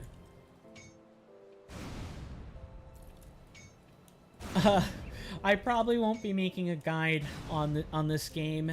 I've been trying to put one together for Blasphemous, but I've been beset by a number of other issues, and I've also been trying to just research what people want out of a proper video walkthrough. I have no idea. I don't know the first thing, so I really have to look. I have to like get a measure of public opinion or something like that. Or by public opinion, what I mostly mean is things I found on the internet. Because trying to get people to talk about this is literally trying to pull teeth. Alright. Keep an eye on this. Does the quest tell us...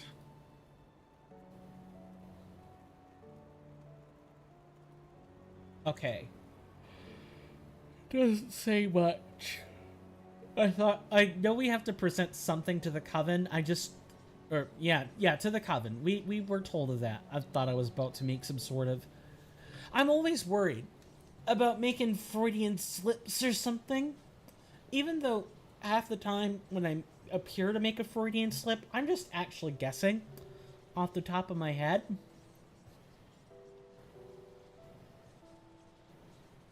We've got the cellar, we've got the Burwitch Village. We need to go north of, like, Burwitch Village. And hopefully we don't get immediately beset by monsters.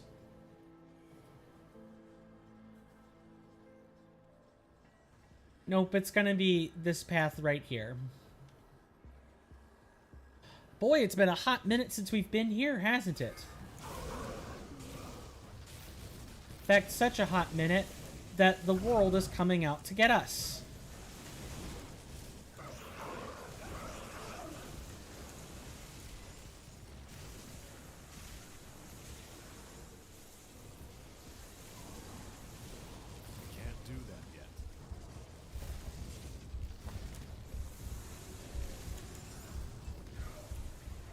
Okay, okay. Jeez.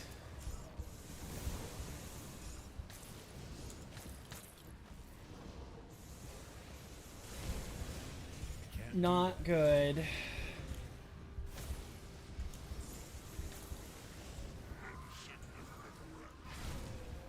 Yep, goodbye.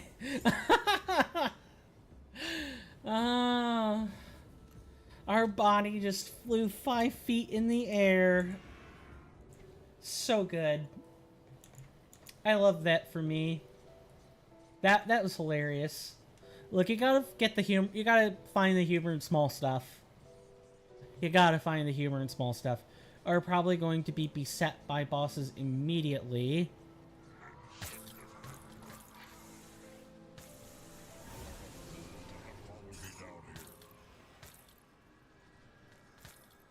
Okay, thank you.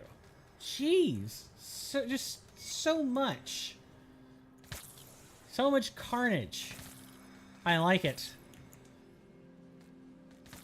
Is everyone enjoying the, I think, I want to withhold that question. I gotta find other things to say. There's only so much I could talk about for the game. I don't want to reference my life, though, at the same time. Let me try to find some other engagement question.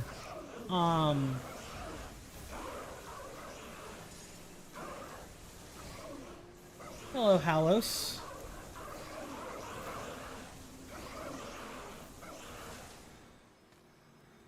Alright then, that was a huge chunk of health just gone. Good. Very good. And thankfully, these places aren't all completely level scaled. Only some of them are.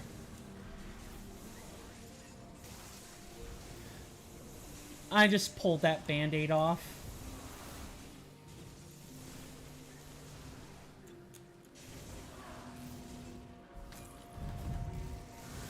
Thank you for rolling at your local lottery, Archivist Felon. Your reward for winning the lottery is death.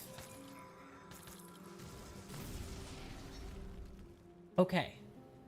So we're really just wanting to head north. I'm excited. I don't sound excited, but I am. I have the emotional aptitude of, I don't know, a rock. I only have emotions sometimes. I don't know. It's not that I feel emotionally dead or anything, but I don't have the same depth as other people. And I guess I'm kind of choosing this moment to sort of talk about myself just a little bit. My emotions are... I kind of have to focus on them. I can either turn them on... Well, I don't turn them on or off, but some things turn them on, and otherwise, I usually have them muted. Faded. Why? Well... I wish I had a good, clear answer for that. Part of that is definitely me. Like, me, myself. I'm just kind of that way, but... Maybe it explains why I'm kind of a... You know, stick in the mud. Not a real fun person to talk to. On average. Perhaps that might explain that. But... part of it also just stems from... I've dealt with people who've been... You know, highly emotional, and that's exhausting. That's draining. That's very draining. You know, I thought for sure we had filled out this section of the map, and I guess we never did.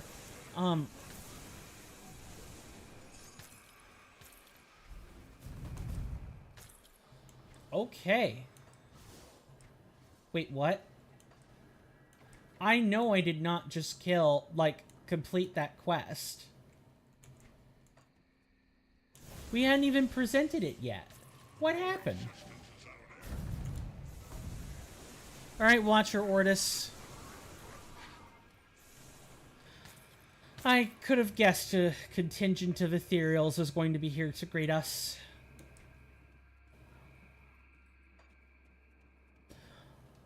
But yeah, I'm not the most emotional person in the world. It's not that I don't feel these things. It's that I guess I suppress them sometimes. Other times I don't feel as strongly about certain things. I really don't. I have to try. I have to try to feel it. But conversely, I also have to really try to shut them off for a while as well. I don't know. I guess I just don't have as much of an emotional intelligence quotient as other people. Some of these things just don't come naturally to me. I have to either fake them to relevant or interested parties, or I have to pretend to know, pretend for it to be intuitive.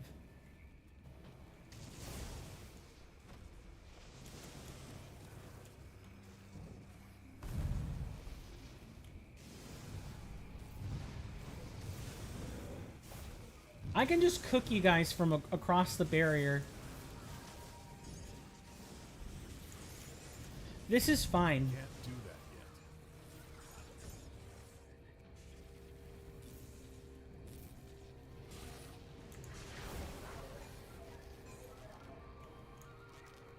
yet. Ethereals have barred the way to the north from Burwitch.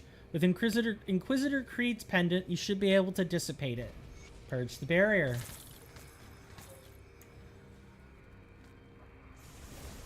The Keeper of Burwitch.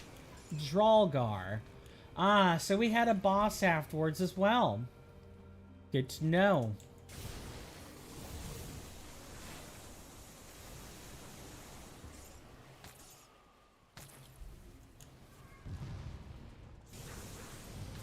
So now we're in Gloomwald.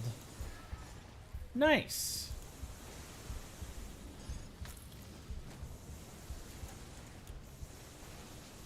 Ugh.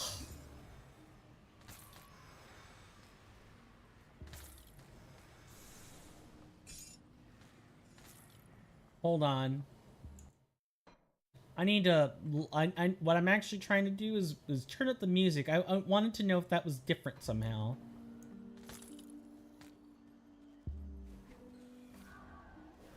It is.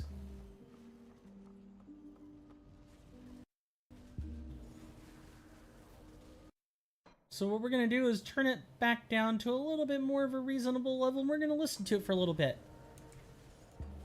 Also gives me a chance to drink while we do this.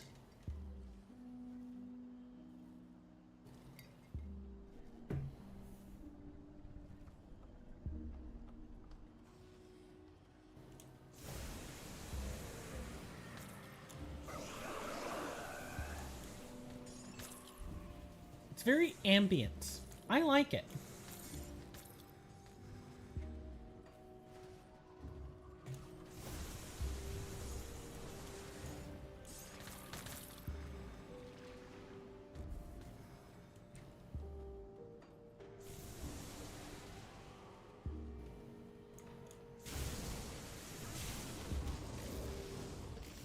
Ah, now... Wait a second. This is an undead beast, and we had, like, the marked here somewhere.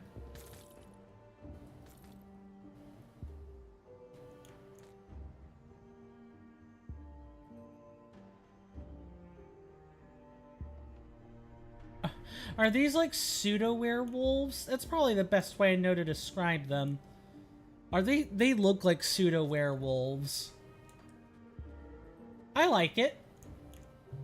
Ooh, nice, pretty assets.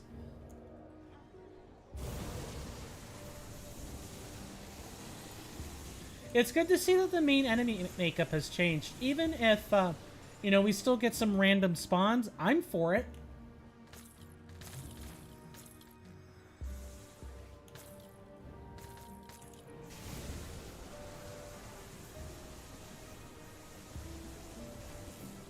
Ugh.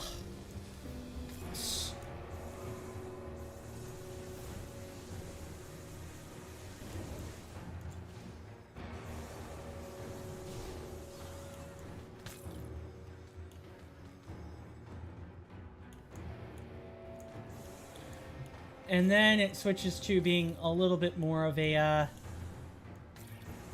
or a little bit of a less ambient feel, and there's actually guitar. Oh, wait, what happened? The plants, they come to life.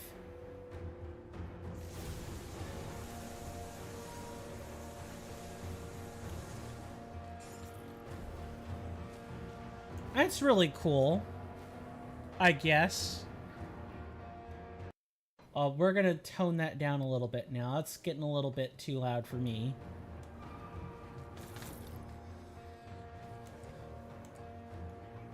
And now we have the Gloomwalled Rift.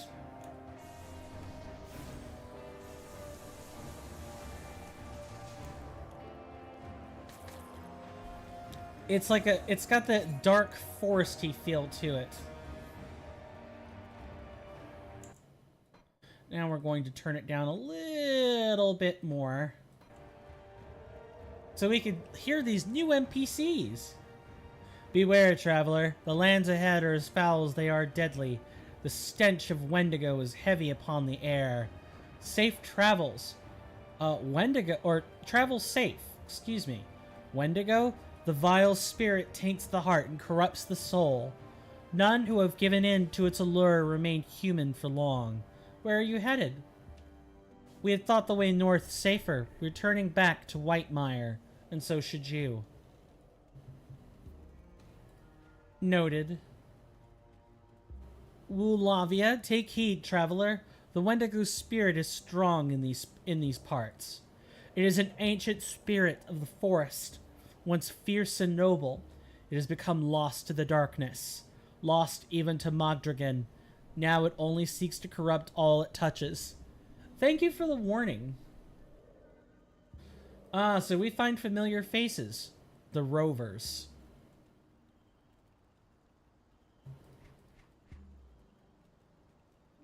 Nothing in terms of salvage. Yeah, it's nice to find a familiar sight for sore eyes. Excuse me. It really is.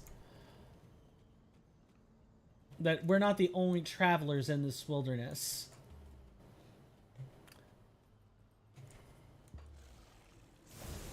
Oh, Bloodbriar. Hello, Bloodbriar. It's nice to see you again. I just can't get over how pretty this is. I am something of a sucker for dark, spooky forests. But I'm also something of a sucker for frozen wastelands as well. So I'm a sucker for most any RPG environment. Which doesn't really say much, does it?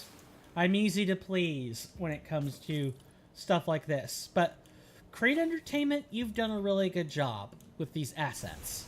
Really, you have.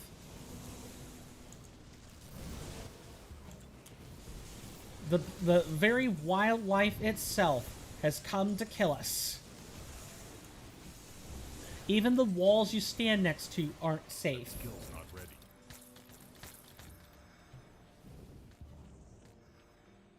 But at least it's different stuff. I can't tell you just how truly surreal and just how free I feel experiencing something new. I don't know how to describe the feeling that much. It's nice to feel things, I guess. And feel things you haven't felt before.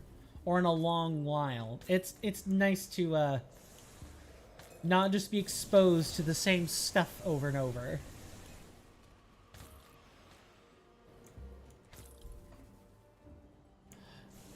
I could definitely tell there's going to be a little bit of a stronger, oh, what's the word I want to use for this? This one's going to be a lot more involved with nature to start with. Eventually we'll get into like a big city and suddenly it's ethereal city, but it just feels so good to experience something new.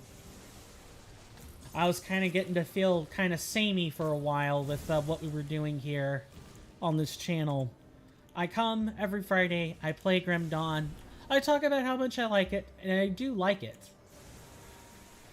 It's nice to not feel hollow with the playing experience. Oh, hello, Nemesis.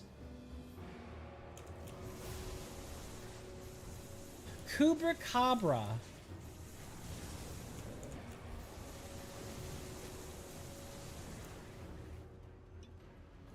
Well, that wasn't too bad this time. For once, a Nemesis actually wasn't teleporting in my face.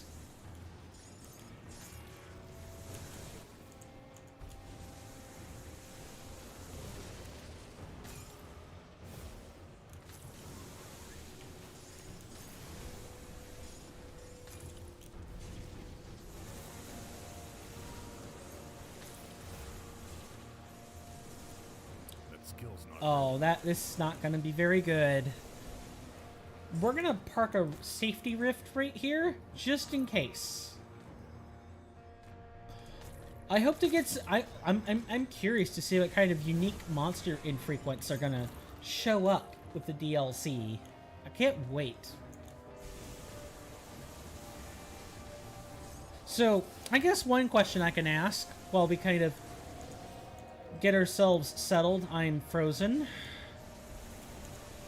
is, what's your favorite environment in an RPG? Like I said, icy wastelands or just places that are covered in snow tend to sort of be a fan favorite of mine. I believe my sibling is more a fan of, like, ocean locations. Underwater or otherwise, so I'm super interested. People don't have to respond, of course, but I am curious. I'm asking as a genuine, I want to get to know my audience a bit better question.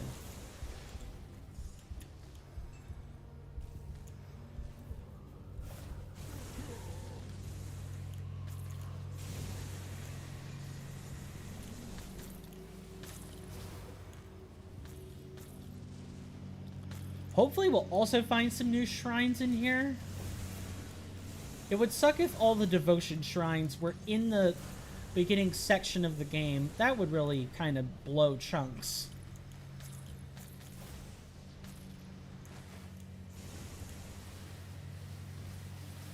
All this poison. I'm sure glad we got our defenses ready. Imagine if we still kept with the beginning of the game, where I only had, 15 or 20% poison and acid resist. Oh, God, that would be awful. Alright. Another level, another point in that level. Time to level up this. 51 damage absorption. Awful. Really, the cream of the crop is the physical resistance. Or, I guess, armor? From physical attacks, yep.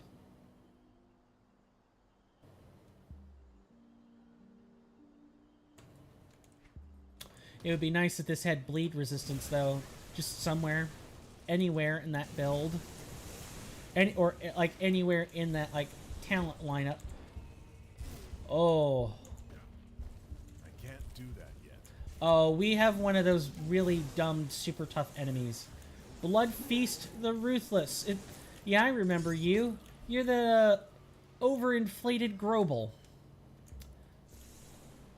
Speaking of, like, overinflated, I read a story the other day about, I think it was some sort of either, like, Russian athlete or some sort of...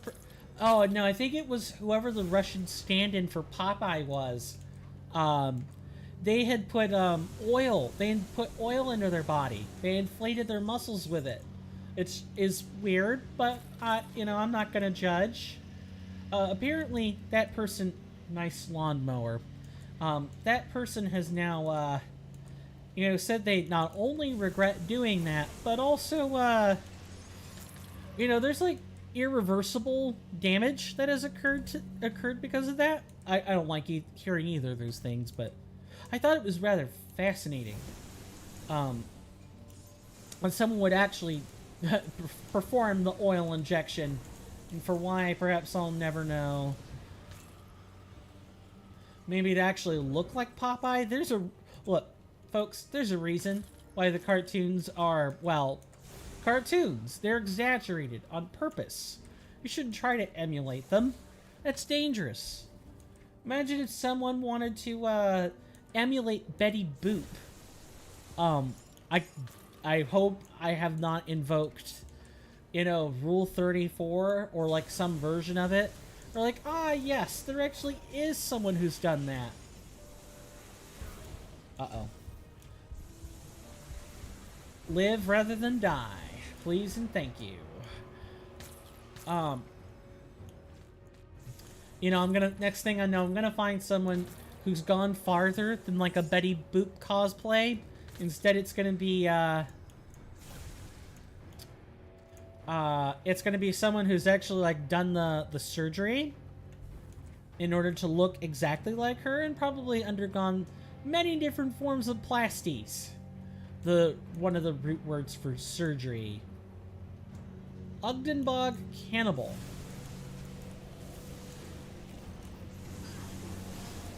Oh.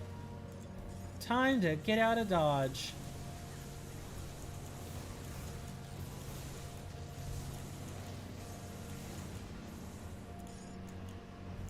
Wow, if you were trying to protect your master, you sure did a good job.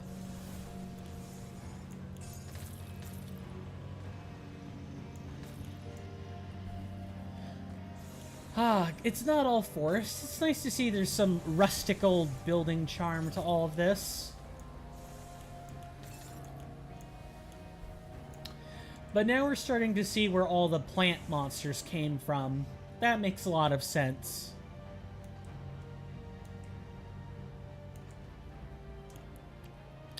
Nice, good old spooky haunted forest.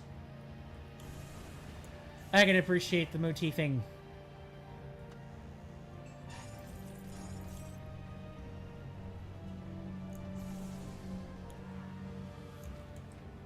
Making sure I haven't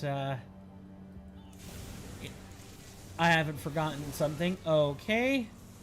Hello, Titanivore.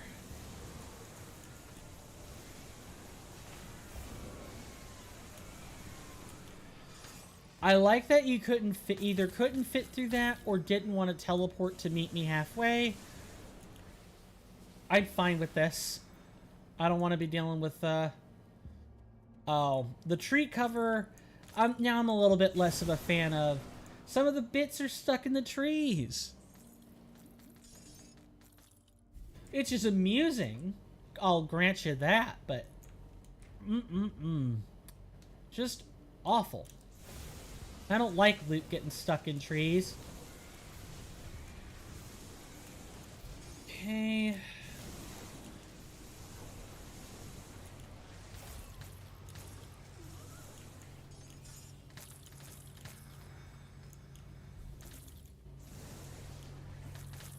This is definitely giving me, what's that place in World of Warcraft?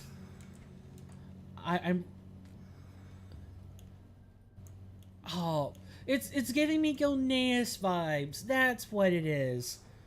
The Gilnean forests kind of looked a little bit like this. A little bit. Not much. No warbly trees. That's more of a Worgen thing. And I too love the Worgen storyline. What can I say? I'm a sucker for werewolf stories. As long as they aren't, like, overhyped or super sparkly, don't give me Jacob from Twilight, please. I very much do not like, I did not like that movie series. There wasn't a whole bunch to like about it in the first place. I get the story... And I get that's kind of what springboarded Robert Pattinson's career. I wish it did the same for Mr. Lautner's, but it did not, alas. It sucks. I've read quite a few articles about the man. He seems to be doing rather well for himself. after going through, like, not a good spell. The man's had quite a bit more of a storied history. Whereas Robert Pattinson, I don't know. Maybe he too has a storied history somewhere, but he's a much more well-known actor today.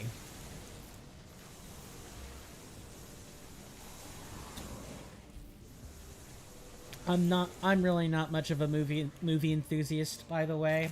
Just as a sort of getting to know more about me, I'm not a movie enthusiast. I have very eclectic movie tastes.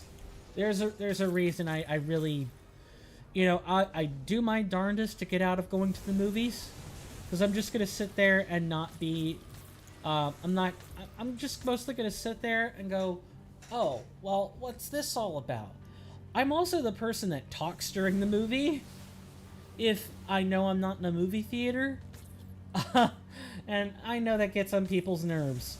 In other words, I'm not a good moviegoer. Not unless I'm prepared for it. I don't like spontaneous movie watching. Game cutscenes, I guess, are a little bit different, but I suppose they're mostly similar.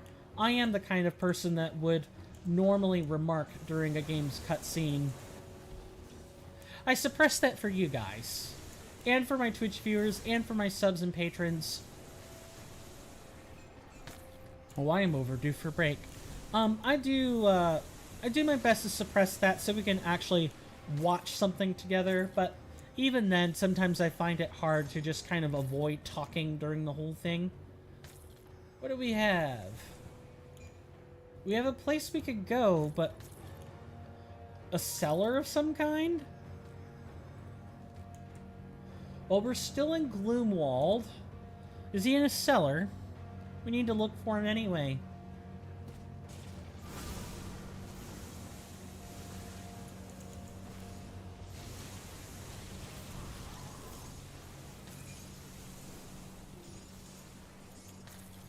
Okay. Well, that went better than expected. I was expecting to die right here. I'll take not dying for 500, please, Alex.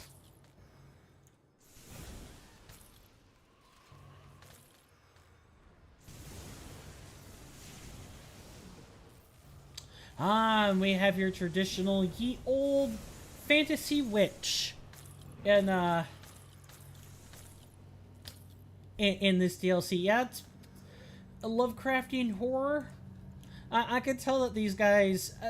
I wonder, is the average favorite holiday Halloween? And I'm dead. Nice. And we crashed. Yuck. Gross. Disgusting. Well, I can't say a crash wasn't coming. Look, playing games modded is just not necessarily the most stable thing you could be doing. The games are not stable when you mod them. You could crash at any time. So I guess it sucks that it happened in the cellar and so far from a rift, but even if we had put down a personal rift, we would have lost it when we crashed. So at least we've got something. This laboratory. Yep, here's the Gloomwald rift. Jeez. Oh, wait, what? Slay Caraxus the Foul and take its heart. What happened to that quest?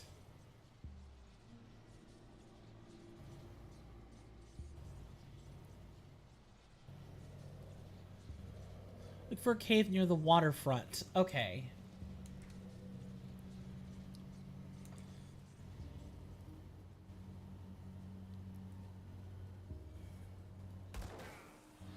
Really? Why were you guys so... Oh, well, the rovers don't typically fight, so there's that. Right, so what I'm going to do is we're going to turn the music back up a little bit. I'm gonna leave you guys with some nice tunes. At least for a little bit. I should probably turn it down a little in anticipation for, you know, the inevitable guitar riff that finds its way in there. We're gonna take another 5-minute break. When we return, more spooky, scary forest. More of the Gloomwald. I'm loving it already. I will see you guys after this 5-minute break.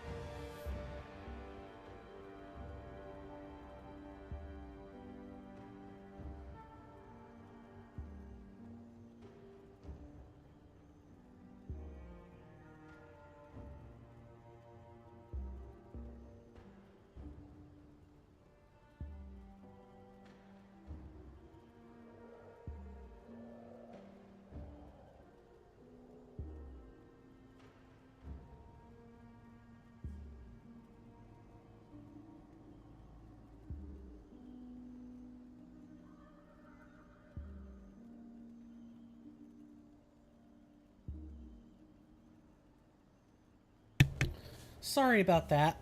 I am back. I ended up getting caught into a little bit of a conversation with my dad, so that took up some time. I also started to program the coffee pot on break. It took a little bit longer. Uber sorry. Let's get back to it. We've got a spooky forest to go find.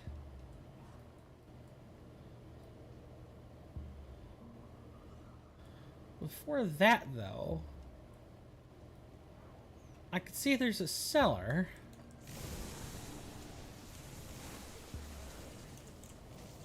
How are people enjoying their enjoying the gameplay and like the new content so far? Kind of mostly looks samey right now. We have yet to find. We have yet to find the coven. The coven. Excuse me. I'm always getting words wrong. I will fix this over time. We found the coven, or we're going to find the coven, but the coven won't be for a little bit. We got to make it past Gloomwald.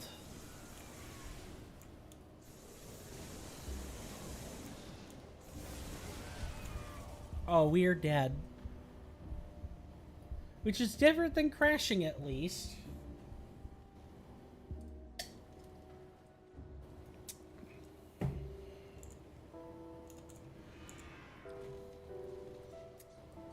Hopefully everybody enjoyed the ambience.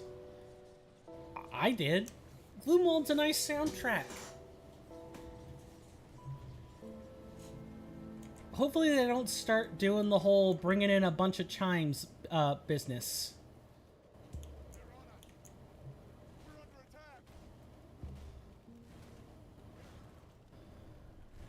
Thank you, Rover Protector.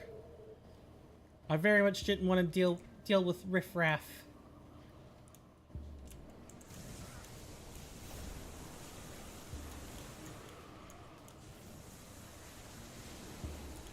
Goodbye, Voldrak. I knew ye never.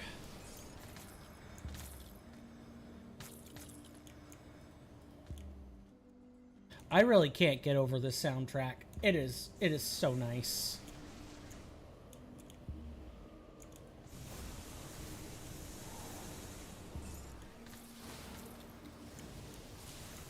Is there any game for which you truly love its soundtrack? I'm trying to think of one. I think it. Oh, I'm so dead. I am so dead. One soundtrack I can think of that I really do like in general is Xenoblade Chronicles. Specifically one. The Nighttime Valak Mountains are just a great piano piece. And Monolith Soft knows how to make their music. They hire only the best. Best in the business. Their music is quite good. It happens to be a soft spot of mine. Doesn't hurt that the Valak Mountains are also, a snowy, cold place with poor visibility and ether lights as far as the eye could see. It truly is quite. It's one of my favorite places in Xenoblade Chronicles ever. I could listen to it. I could listen to the soundtrack falling asleep. That's how much I like it. That being said, when I'm not listening to like game music or something, I'm a synthwave enthusiast. I love Dance with the Dead. One of the best synthwave projects out there. Is it The Midnight? Might be. Ollie Ride or any of the others.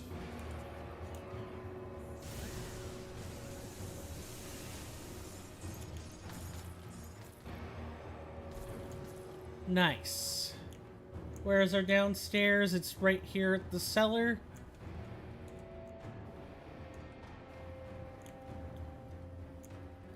What's in your cellar? You know, instead of what's in your wallet. Decrepit cellar is getting a... Ah, cannibals are what's left here.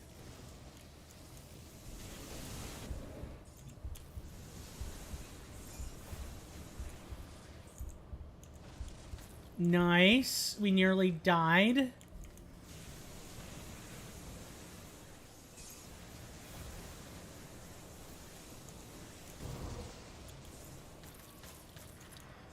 There are just monsters everywhere. It's the enemy density. I already know what it is. I'm not really issuing a complaint or anything. What, I can't have fun with knowing that everything is my own fault? Yeah, that, you know, you get what you pay for in a game like this?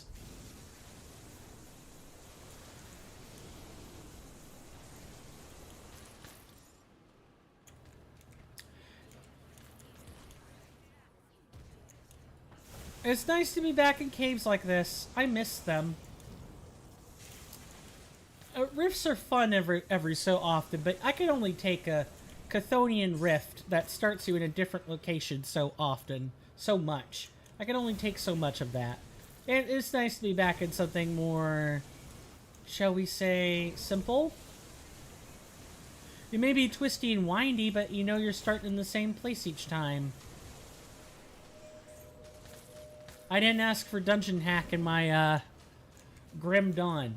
Yes, I'm a video game enthusiast. I'm a Rolodex of bits and pieces about different games I've played over the years. As in multiple decades. Yeah, I've been a gamer for 2+ decades of my life. I think the first time I played a video game I was like 6 or 8. Maybe even before then.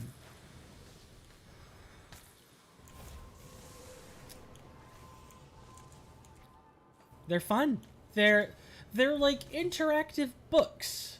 You know, the ones that are RPGs anyway are like a bit like interactive books. You just plop in the cartridge, plop in the disc, load the file, and oh, getting frozen right there is not good. You just plop in the cartridge, the disc, the file, and you're whisked away to someplace else in some author's or multiple people's imaginations. And you're asked to sort of immerse yourself in that world. The decisions you made or make during gameplay could be fixed or not fixed. They could be based entirely on things you say and do, but at the end of the day, open the chest. At the end of the day, you can turn the game off and turn it back on, and you'll be exactly where you left it. You can't have that with a real life adventure. If you go to like some remote place in the world, you need to make sure you've got an exit plan, or you might not be. That might be the last adventure you ever make. Wooden door. We're gonna check out the rest of the cavern first, but it's good to know that we've got a door there. Hopefully we can find a devotion statue in here. That would be really nice. It seems like the kind of place where you could find one. But I won't hold my breath. I anticipate, but do no further than that. Hello, Wendigo Altar. Well, this explains the Wendigos, certainly.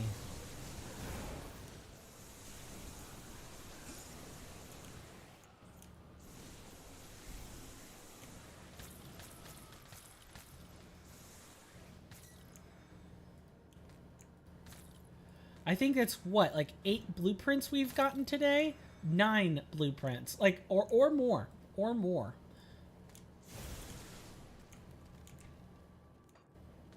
I guess I can't complain. 4, 3... Nope, that is Tilda.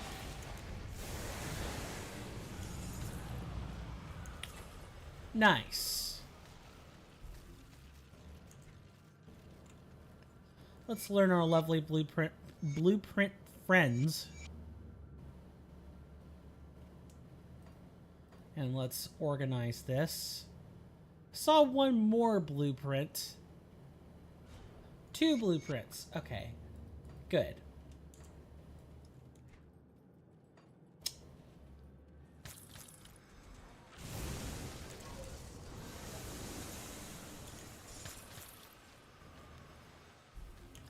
I am liking where our build is. Let me just say, I'm really proud of what we've cultivated so far with our build. Also, speaking of being proud, I'd like to take this moment to thank you guys for showing up and hanging out or lurking. I'm really grateful for that. I'm honored to be a voice that's sitting on your radio or on your laptop. I say radio, but obviously I don't mean a real radio. Radios need FM stations and stuff. But like your Bluetooth speakers, that's what I mean when I say radio. I'm super grateful to have that chance to be that voice in your background. Thank you. If you like the content, and maybe you hadn't done so already, consider leaving a subscription. Like, hit that sub button. Just jolt it a little for me, so you know that you like it. Got 10 subscribers so far, or at least 10. I'm pretty happy about that. And of course, there are other ways to support me as well. Subscribing, liking, and sharing the video are the 3 free ways to do it. And the likes help more than the subscriptions do, more than anything. Outside of that, I've got Patreon, I've got Coffee, I've got a bunch of links.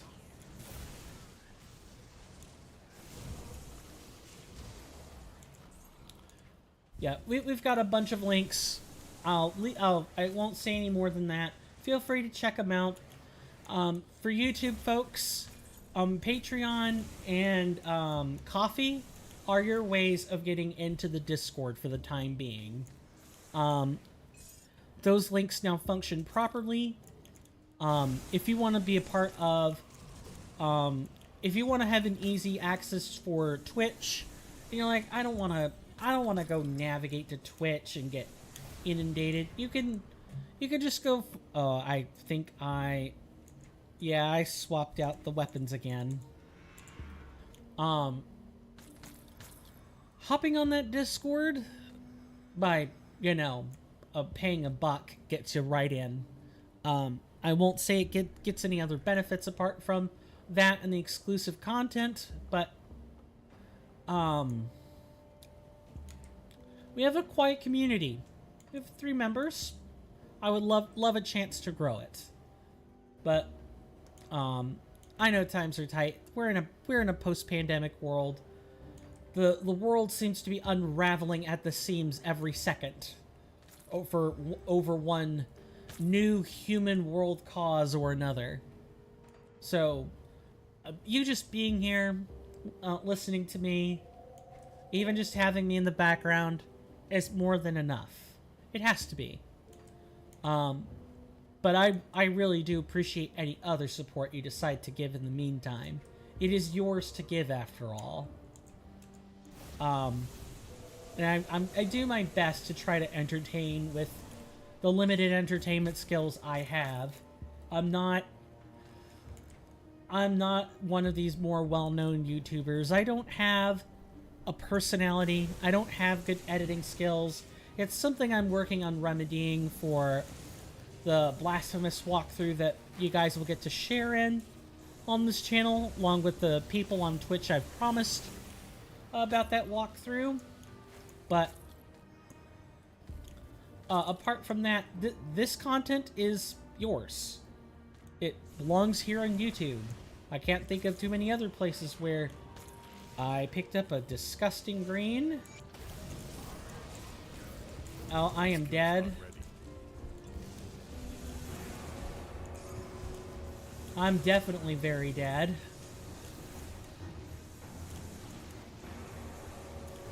Ah.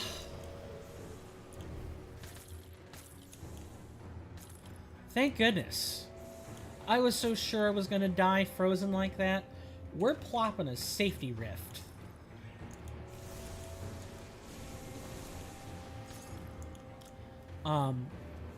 Yeah, thank you. You guys know where the links are. I'll leave you to it. Thank you regardless for being here.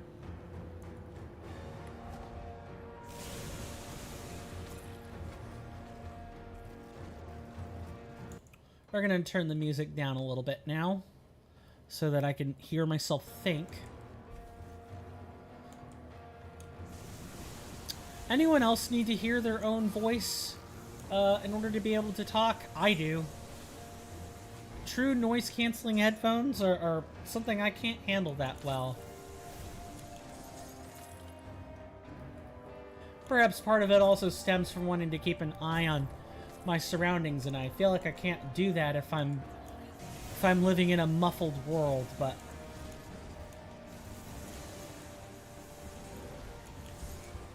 oh god.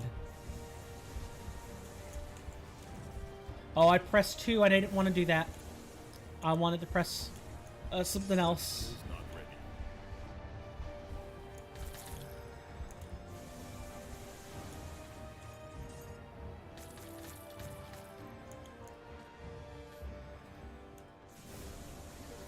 Hello, Reeve. Goodbye, Reeve. Don't come back.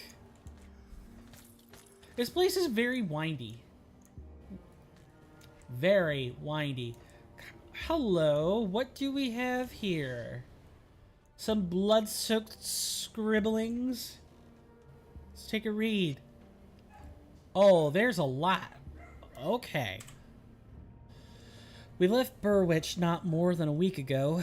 There was something wrong with that place, and there were rumors of strange goings-on around the Creed residence. So Fraser had this idea that we should just leave and head north. He said there was a nice town just up the road. He should know. He lived up there less than a year ago. He said passage would be difficult, but we could make it if we stuck together. He couldn't have been more wrong. We weren't one day out of town when things started going poorly. First, Beatrix came down with a fever. Her skin went pale and her eyes glazed over. That night, she started lashing out at us, shaking, vomiting, and screaming about some creature out in the woods, staring back at her. Following day, the same thing happened to Heinrich. With both of them sick, we were forced to travel slowly. Fraser and I towed them behind us in a makeshift sled, too far from Burwitch to turn back, but Fraser said he knew of an inn that was less than a day's travel ahead, so we continued onward. When we reached the inn, it was abandoned and the air hung heavy with the scent of death, but we were desperate and in need of shelter. So we stayed there nonetheless. That night was when the noises started. Fraser said he didn't hear none of it, but I could make it out loud and clear. It sounded like an animal growling and moving about just outside the inn. As the night wore on, the noises became louder and louder, and I began to question my sanity. Fraser insisted that it was nothing, but I could swear they were right outside. When dawn came, I didn't want to move, but Fraser forced me out the inn. He said we had to continue or we wouldn't make it to safety, so we began pulling the sled north along the overgrown road.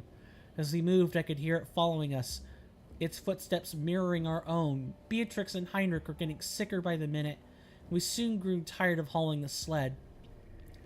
My hands were blistered and my feet bloodied from the rough path. Fraser said we had to leave them. The sled was just too heavy for us to pull, but that didn't sit right with me. We argued back and forth about their fate, each becoming more and more angered as we continued. That was when Fraser grabbed his camp hatchet and threatened to kill them right then and there. Said if I wouldn't let them go, he'd just do it for me. I didn't mean for what happened next, but I was scared.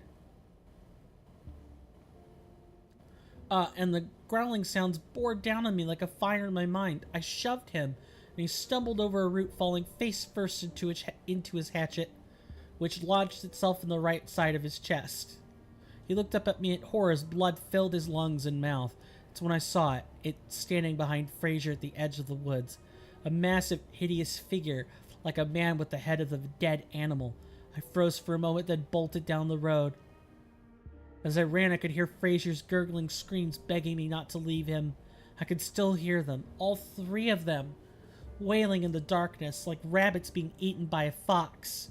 It's been hours. Why won't they die? Is that thing still out there? Is it taunting me? I can't go on. I can't take it anymore. Well,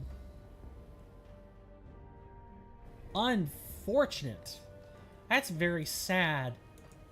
People were just trying to get away from the violence and or the insanity in Burwitch, and the Ugdenbog ended up really not treating them any better. I see. Well, Gloomwald didn't really treat them any better.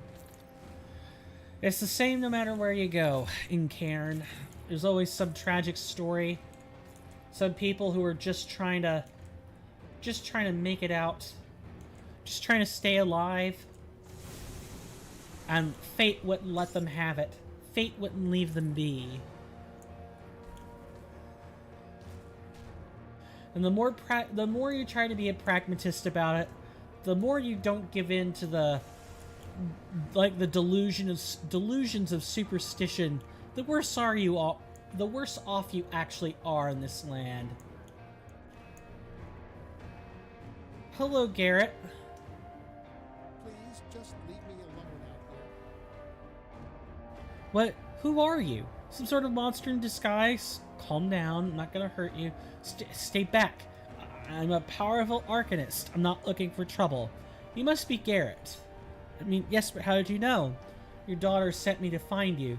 Amala, oh my sweet Amala. She made it to safety then. Yeah, she's fine. She made it to Devil's Crossing. Prison? Well, so long as it's safe. I guess I can die in peace then. No need to be dramatic. I could get you out of here. No, I cannot bear to look her in the eyes. I failed her. I failed her as a father. I failed to protect her when she needed me. Leave me here. You won't be good to her dead. I suppose that's true. We got together this far. I cannot abandon her again. I've been given a second chance. How do you plan on getting me through here, though? My leg is busted. Like this. Yep, just like that. A simple rift gate. It's like at first the game's like, what? I don't want to be in that thing. And then at the end it's like, you know what? The game's like, here, we're just gonna acknowledge the fact that you can make these for some exceedingly unknown reason. Hopefully this gets either addressed. After all, an ethereal possessed us, right? And somehow we're the only ones who have the ability to make these safe rift gates other people can, like, jump through.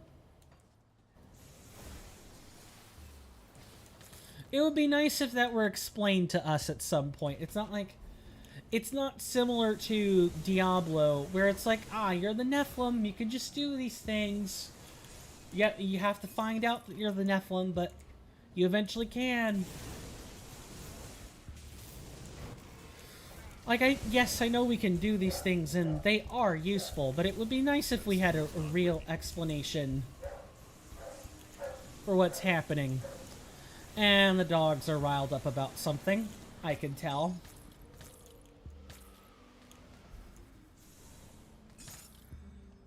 I'm gonna go see what they're barking about. Before I do, though, and try not to rope myself in endless encounters, something that could very easily happen in, you know, Dawn of Masteries. What I'm gonna do is go back a couple paces, park a rift here in case I die. I'll be right back.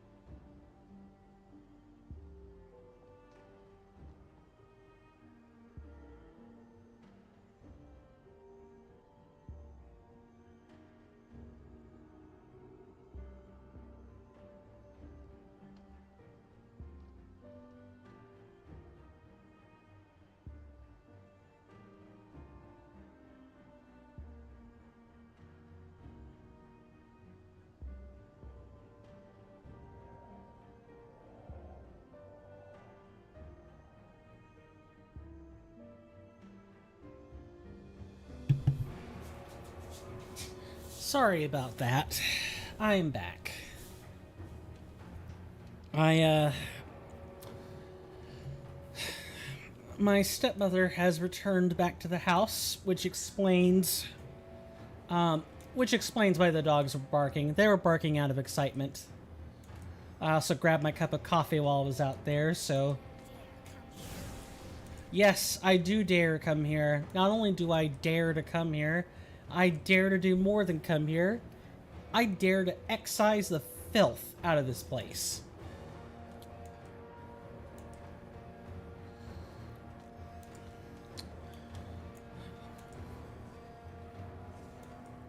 Oh, hello, we found one. Nice. I was afraid we weren't going to find one of those, and I do not want to die.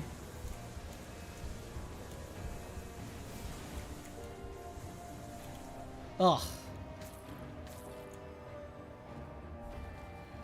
Hopefully everybody's enjoying the new visuals. It's nice to have something else to look at. Corrupted and desecrated. Venom Tongue Mantle. That's nice for like a, you know, a cultist build with like the Eye of Dreeg and everything. Not too nice for, you know, other kinds of builds. I don't know. Are there... I think, like, the occultist is, like, the quintessential, acid dealing class? Poison dealing class?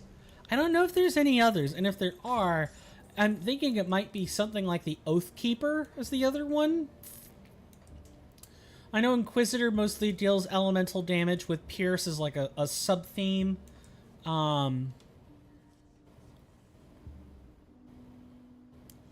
Maybe Nightblade, but Nightblade's usually more about cold or physical damage. One of the videos I watched, I think, is what they were. They were like blade spirits, or like basically tornadoes that consisted of animated whirling blades. And that person was just walking through the plains of strife and just leaving those tornadoes every which way.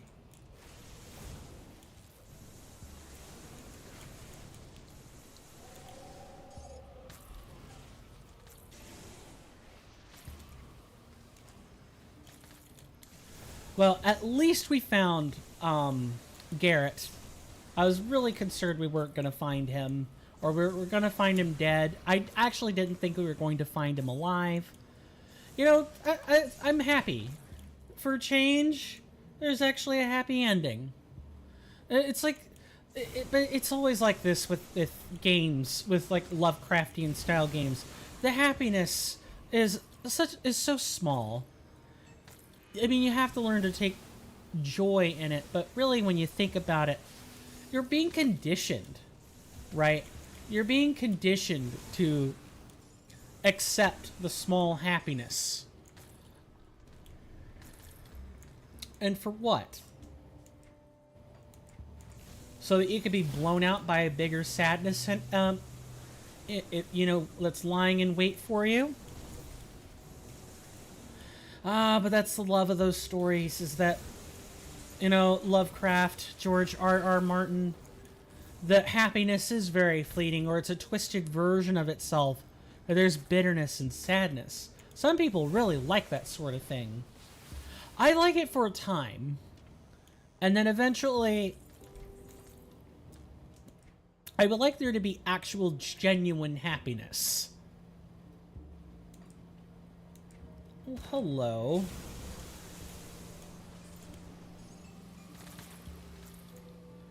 Another day, another storm cellar.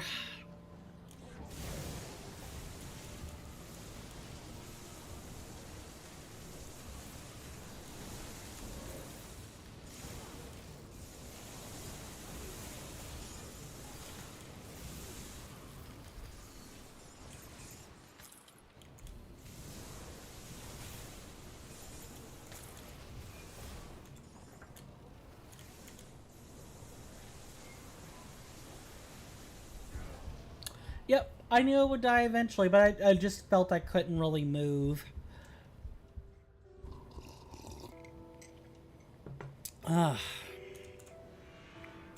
That's okay, we found something new. And we can talk to Amala. Good luck out in Ogdenburg. I've only traveled north of Burwich a handful of times, and Hello, Garrett. This place is like a dream I can't quite shake off. It is a shame that our nightmares of Malmouth have reached even here. Anything you could tell me about Malmouth? Malmouth was once a prosperous city, a true gem in the East. I made a modest living working in the docks, but I was just days away from making a big trade that would have made me rich. I would have bought a home in Crown Hill and brought Amala and her mother with me. Of course, that's all gone now, destroyed or infested with ethereal monstrosities. That thing that attacked Devil's Crossing? That's just their latest aberration. A melding of flesh and steel.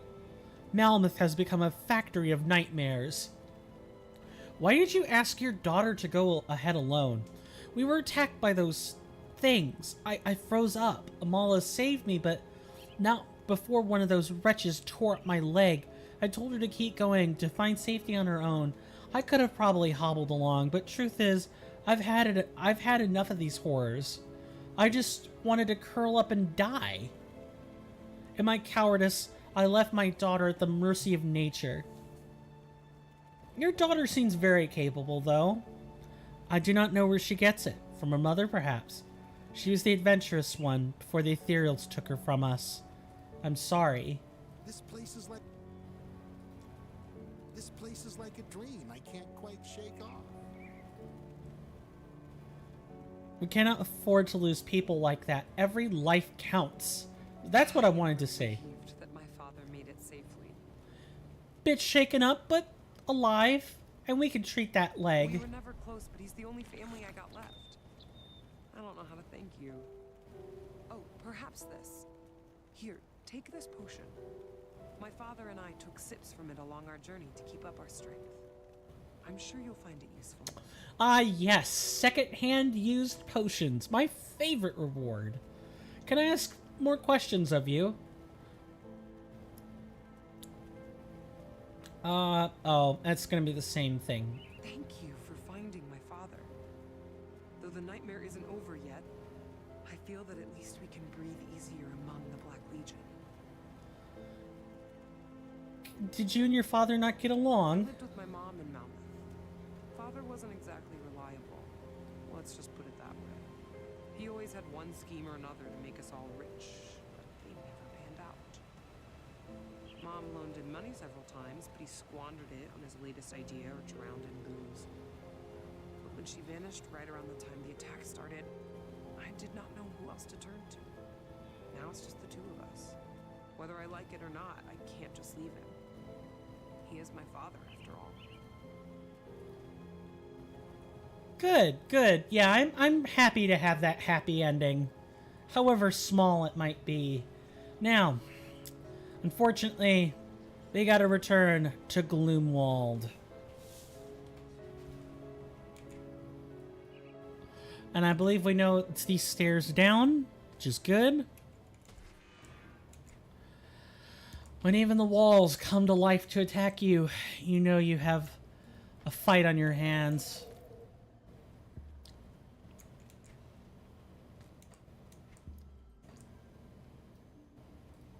Oh, why did I do that? I guess I'll park a rift in here now.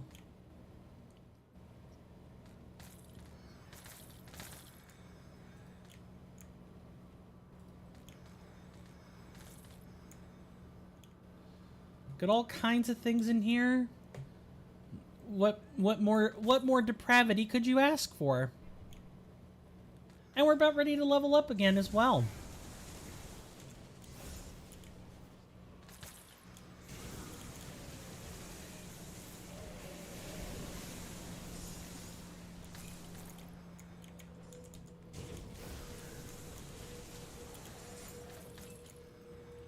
I know, I guess I'm kind of just taking a moment to savor the happiness. Because it's really quite rare to get it. It really is. Even in games like, I don't know, say, oh, and we're out of energy. Of course we are.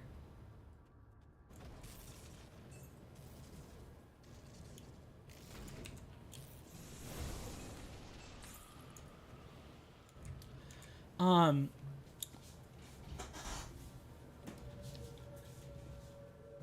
trying to think if there was anything that actually even in Dark Souls 3, which was kind of like the most people-oriented Dark Souls I think I've seen, or from FromSoft in a while, people really still did not get happy endings. People got, oh, I could finally die now, I guess.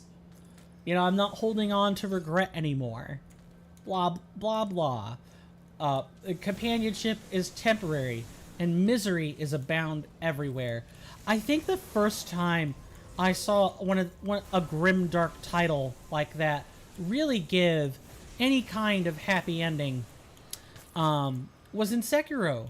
And Sekiro wasn't a grimdark game, it was telling a story. At the end, you actually got... There was some level of happiness if you just knew how to search for it. Tonic of Reshaping fills you with an uncomfortable warmth as your entire body seemingly reshapes itself. Cool. So if we have a Tonic of Reshaping, we're going to reset our attributes, ladies and gentlemen. We're going to do it at the end when we no longer rely or need them.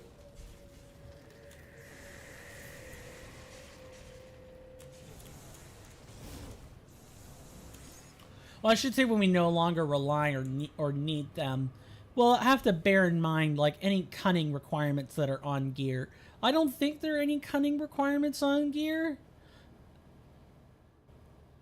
That's physique. That's physique. Physique. Physique.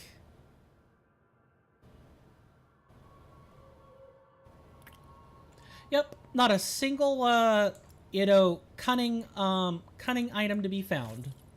We can drop that stat, which is really cool, I guess.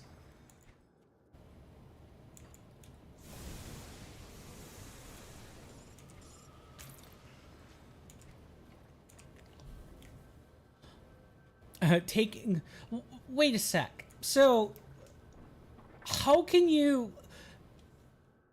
I'm sorry. What? I just realized the implications of what she was sipping on.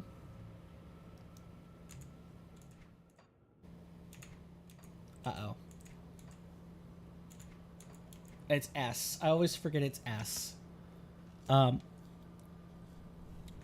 So this is the potion, right? The Tonic of Reshaping. It resets attributes. Why were they taking sips of this? So that means, yes, I know how I could get rid of the fact that I'm only at 5% health.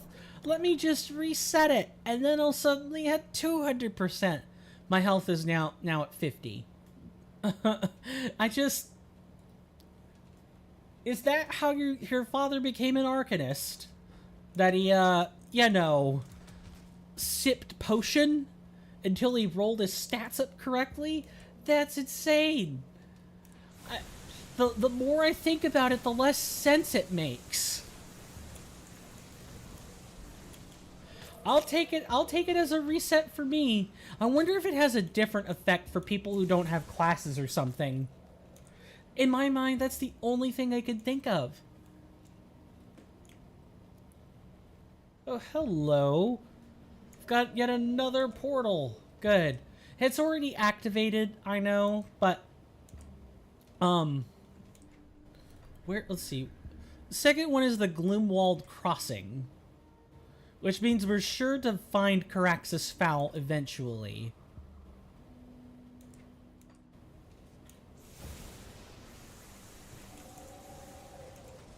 That skill's not ready. What? I'm trying to press 5.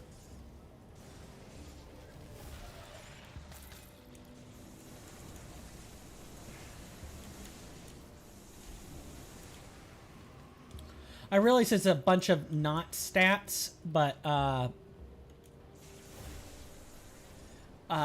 you know, we need the defense. We got to do something to get our defenses up. And it's very interesting. There's actually a detailed... You can find it on the Grim Dawn wiki.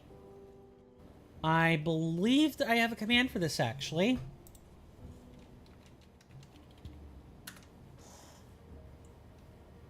Should be this command. Yep, sure is. And the wiki explains how the defense, like the defense system works, or more specifically, how everything is tied in together defensively. And wow, usually things like fumble chances or something else along that line is toward the bottom in like another game where it's like, ah, yes, here are your defenses. And here's the things you could do. Or, I'm sorry, fumbling, like making enemies miss are presumably before, but some other stuff, like parries or whatever, are typically come after. But as it turns out, your resistances are actually near the bottom. Your resistance and defense is one of the last things to be factored when defenses are called into question. So all of those like increased fumble or missed chances that don't seem very good on the surface, pick them up. Pick any skill that says like increased fumble chance is huge, because that occurs at the very start, before the enemy's offensive values are even applied.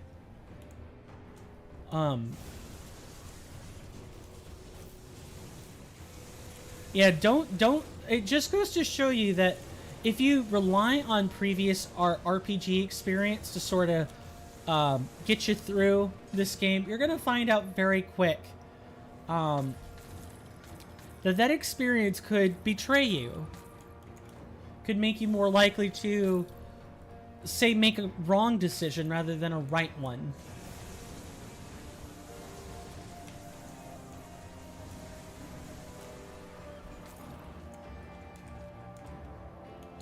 And we're now in a brighter part of the forest. That's good. It's nice to have a break from dark and gloomy. Although we're heading right back into the mouth of it. I really do like the texture work they've done. I can't say it enough.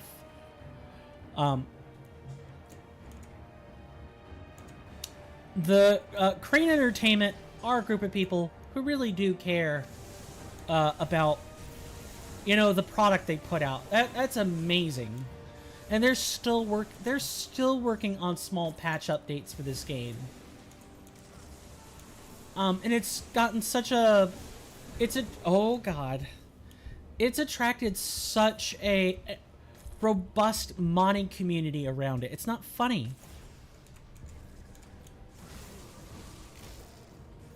I am silenced.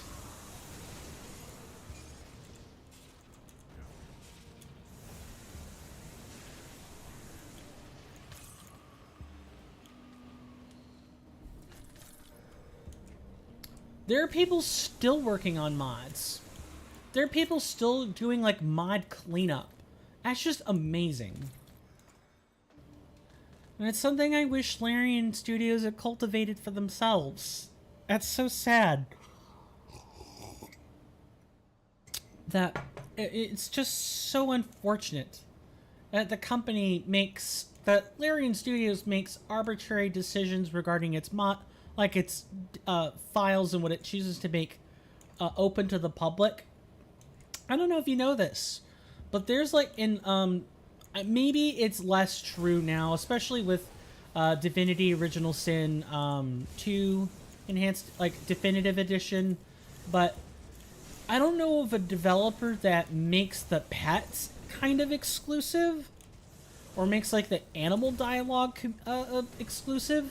That seems strange. And before anyone asks, they're talking animals.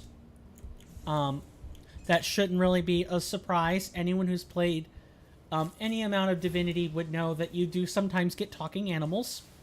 It happens. it's usually cool when you get an animal that you actually care about. The rest of it, it's usually like, here's the company's excuse to put witty one-liners in here. Or an excuse for the actors to say things they shouldn't say in normal circumstances. Or maybe not things they shouldn't say, but like maybe some of the voice actors take some sort of delight in saying things they know would cause undue grief with the parents of the world. For example, in Divinity Original Sin 1, minor spoilers, very, very minor spoilers, there's a rooster sitting in front of a collection of paintings in like the first town you come to. And he talks about what a magnificent cock he is. Of course, it's a rooster you're talking to. So he's referring to himself in the actual sense of the word, but people hearing this without knowing the context would be like, "What are you listening to porn on there, son? Are you watching, I don't know, whoever the French stand-in for a porn artist is? Are you watching them?" No, it's someone who's voiced a rooster. I'll take quotes without context for 500, Alex. Wow, this is a very expansive area. A very expansive area.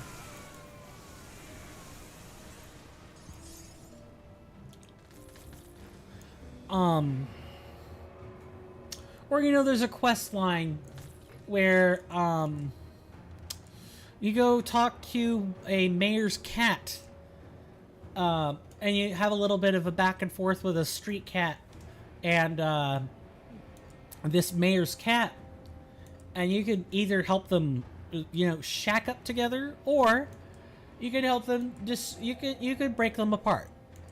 You could, there are a whole bevy of things you could do. Oh, and of course you have to take a talent in Divinity Original Sin Enhanced Edition in order to be able... Oh, hello. You have to take a talent in order to be able to do that. So I can only imagine what people missed out on when, oh, uh-oh. Not good. Oh, this is even less good.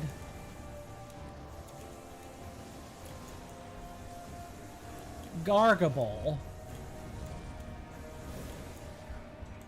A walking, burning plant. You'll never hear the antithesis of life more than that. Pyresis, I guess? I believe that would be a scientific term for flame generation, would be pyresis. Makes sense.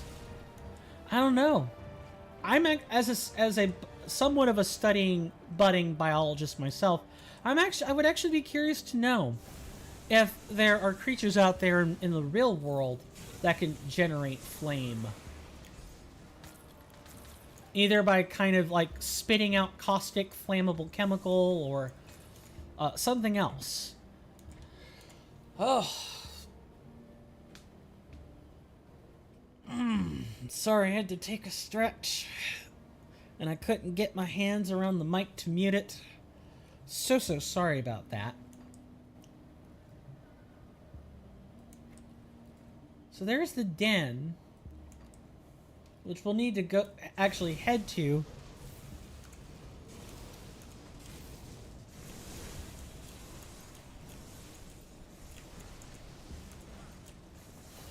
We'll actually need to head to said, cavern if we would like to get on with the main quest, I guess.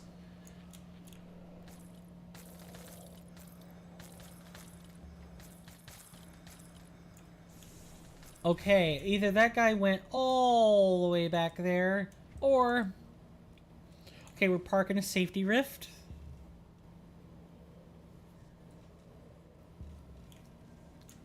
Den of Caraxes. Don't know the first thing about it. I'll take cheesing enemies for 500.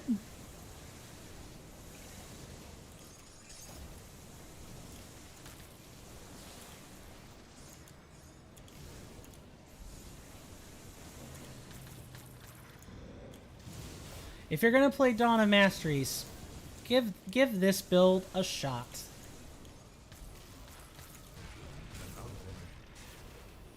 You know, unless you find enemies that, you know, sap your energy like this, you're not gonna...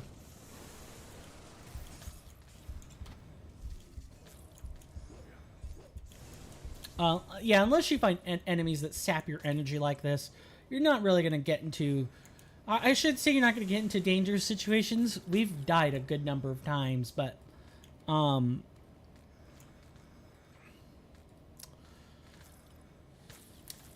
know, the dangerous situations are few and far between. Make of that what you will. And you know, maybe if your computer is better than mine... hello there. Heart of Caraxes. Where are we? Mythical Tome of Names. Interesting. Oh, it's in the second tab. The oddly shaped heart of a massive crustacean. It reeks of seaweed.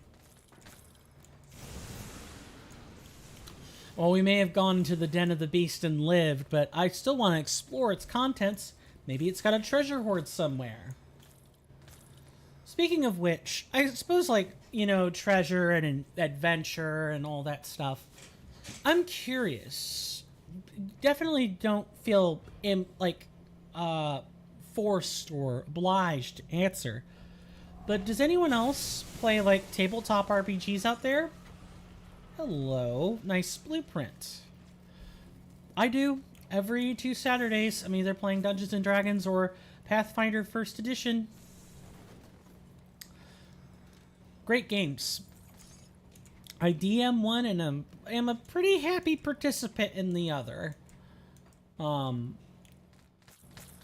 suppose that in the theme of, like, keeping, you know, telling people more about myself. I'm someone who's played tabletop RPGs for, like, a long time. Since I was, like, a high schooler, I guess. I don't know if I'd call it long, considering I'm 31, but maybe just a bit over a decade. And I've DM'd some... I've been part of some fantastic adventures. I've also had the opportunity to DM a couple myself. Right now, I'm DMing what I would consider my magnum opus. I'm DMing a mythic 20+ level campaign. They're not starting at level 20. I started my adventures at level 5, but they're up to, like, mythic tier 3 at the moment. And currently we are set in 4747 AR. That is the, what do we call that? The counting system that Pathfinder uses for years, is like in terms of when Eridan, the god of humanity, lived and died. Or maybe it's based on the Absalom calendar. I forget exactly which one it is, but it's pretty close to one of those. And so we're in the future. Not only are we in the future, we're playing Pathfinder as though we're kind of... It's not mirrored to our real world, but it has a lot of real world advancements. Refrigeration and, like, modern music and technology, AI and everything. The only thing that's a bit new is, like, actual rockets. I have it set up so that the time period that they're in is essentially when Absalom Station was being constructed. Or at least in my version of the timeline. I'm basically using Galarian's like present timeline to kind of play around with events that will happen in the future. You know, the ones that are only predicated every so often by like a new source book or something. And right now, well, ultimately the goal of that tabletop is to nice, I didn't zap the door, I kicked the door. Their ultimate goal will be to prevent Rovagug from rising out of his cage or dealing with him once he does. And that means you need a battle of the gods. Again, there's no other way to put it. That's the only thing that is strong enough to withstand Rovagug, and even then, many of Pathfinder's like deities or gods could have risen to the occasion only to die. Rovagug is that strong. He bore a hole through Galarian called, essentially it's, oh god, I better pay attention.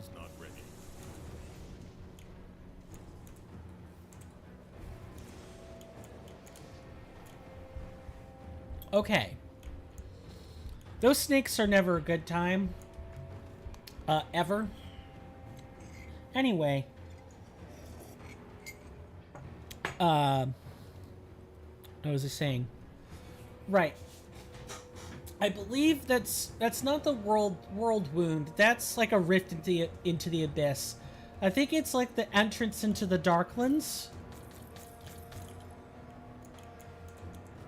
Yeah, it's a rift into... It's not a rift. It's like actual warrens and tunnels into the Darklands. Where Drow, Duergar, Svirfneblin, Nefblin, and so many other creatures of the darkness, or the misunderstood, like to crop up. And that supposedly, that entrance was created by Rovagug, and the subterranean races just kind of formed around it. But as if that weren't enough, you also have the gods, whose pact of non-interference seems to be waning, and you've got all kinds of other entities that are out there. And you've also got the fact that mythic powers are starting to go awry. There's this neat little fountain I've invented called the Ultra Fountain.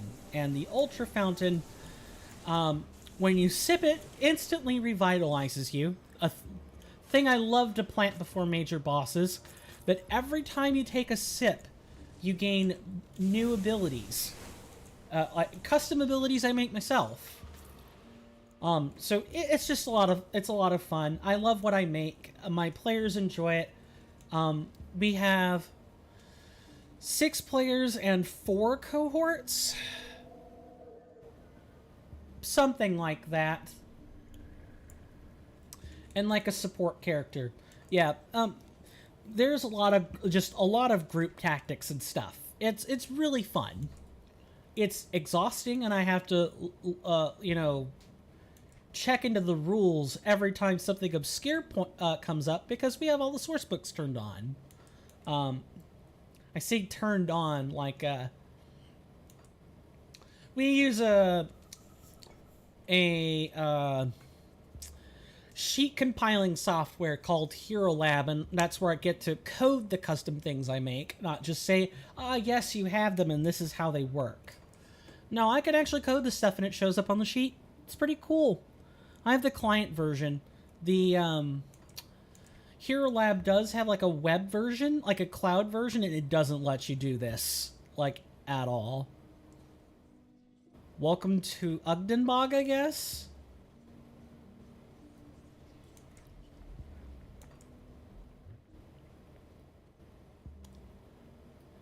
Got something you need stashed? I guess. I'll sort this out eventually. Maybe I'll do it after stream, off camera. I'll hold on to that for you. Excuse me, but I'm quite busy. Are you in charge around here? Certainly not. You should speak to Sister Geradia before somebody mistakes you for a ghoul. Now leave me to my work. What are you working on? I'm sorry, is this sharing hour? Leave me to my work. Wow. Rude. Excuse me. Well, I guess we found our faction. I'll give you a good price on what I've got left. Visible helm, shoulder guards, and metal. Then we've got hex oil and cursed tincture.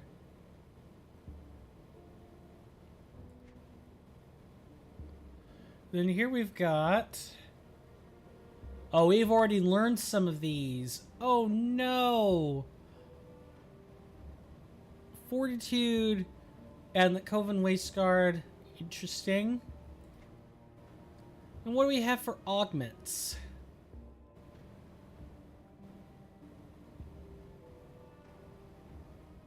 Percent chance of stun. This does appear to be better. Just a better version. Like it's extra damage. And it even helps us out with... we lose the stun, though. That's kind of a problem.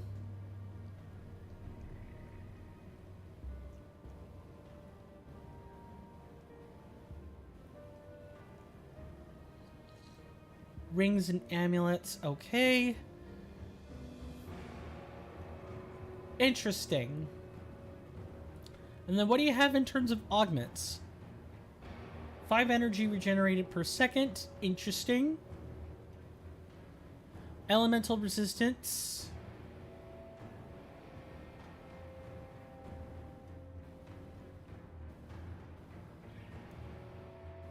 And then we have what?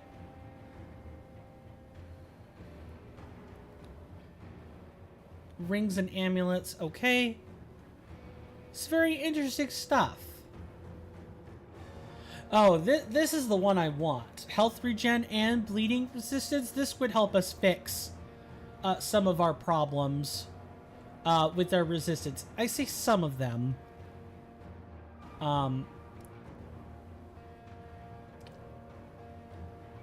But if we do too much in any one given direction, we will lose some of our... we will lose some of our fortitude towards other stuff.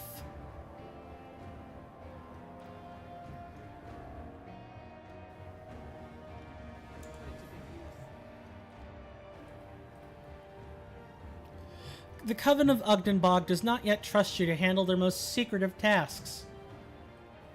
I'll give you a good price on what I've got left. Very interesting. Come see what's left of my wares. Just gonna sell that and be along our business. Hello, Kalia and Hastria. Please, stranger, leave me to my thoughts. I hope you're not planning to stay here, stranger, and what if I am? No harm will come to you here, so long as you do not seek it. But the Coven has no place for you, stranger. We'll see about that.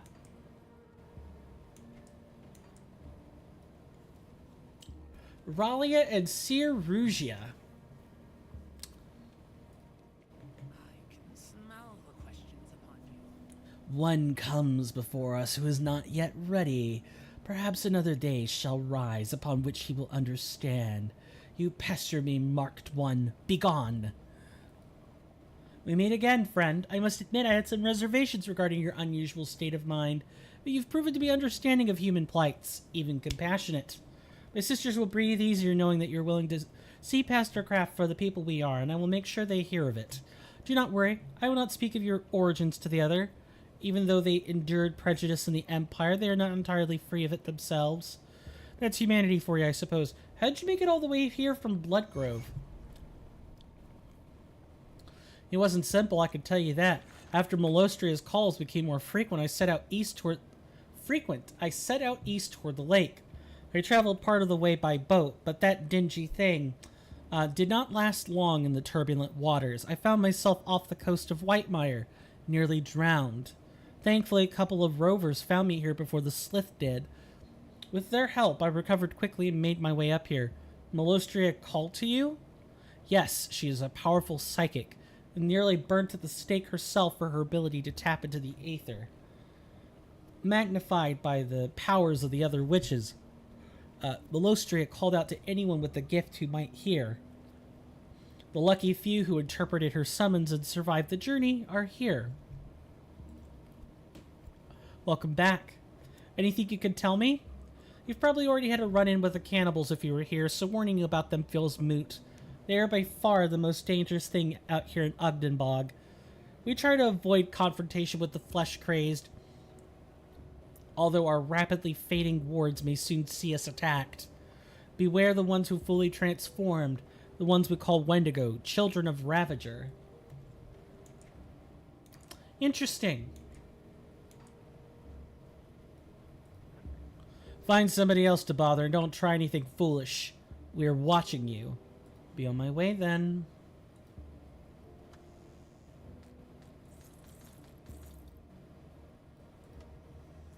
Whispers from Beyond. Interesting. The words were subtle at first, like an itch in the back of my mind. They were garbled, impossible to make out their meaning, but they would not relent. They became an incessant distraction, a calling much like Malostria's message that once beckoned me to this place. Except while the matron came to me in my dreams, these words are without respite, without end. I could feel my attention waning when performing even rudimentary tasks. At times, one voice would rise above the rest in the maddening chorus, and then I could deduce its meaning. This clarity never lasted long, and soon the chorus would resume. Never would the same voice gain power over the others. Each time it was as if another sought my ear. They spoke of webs and spiders and places I've never seen nor heard of. Sometimes they woke me in terrors as they screamed of fire and vengeance unlike the world had ever seen. I spoke of this to the matron, and her eyes would dart quickly toward old Rugia before staring into mine. She tried to console me as best as she could, but we both knew what fate awaits those born with this curse. I only wish I could derive some meaning from the darkness before the madness claims my soul. It seems, however, that is not to be. Interesting.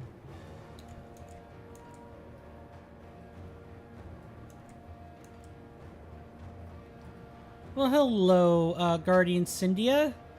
Watch yourself, outsider. Uninvited guests aren't welcome here. Matron Malostria, I've heard a little bit about you. Does the foul wind bring us this day? I believe you were just leaving. Fine, fine.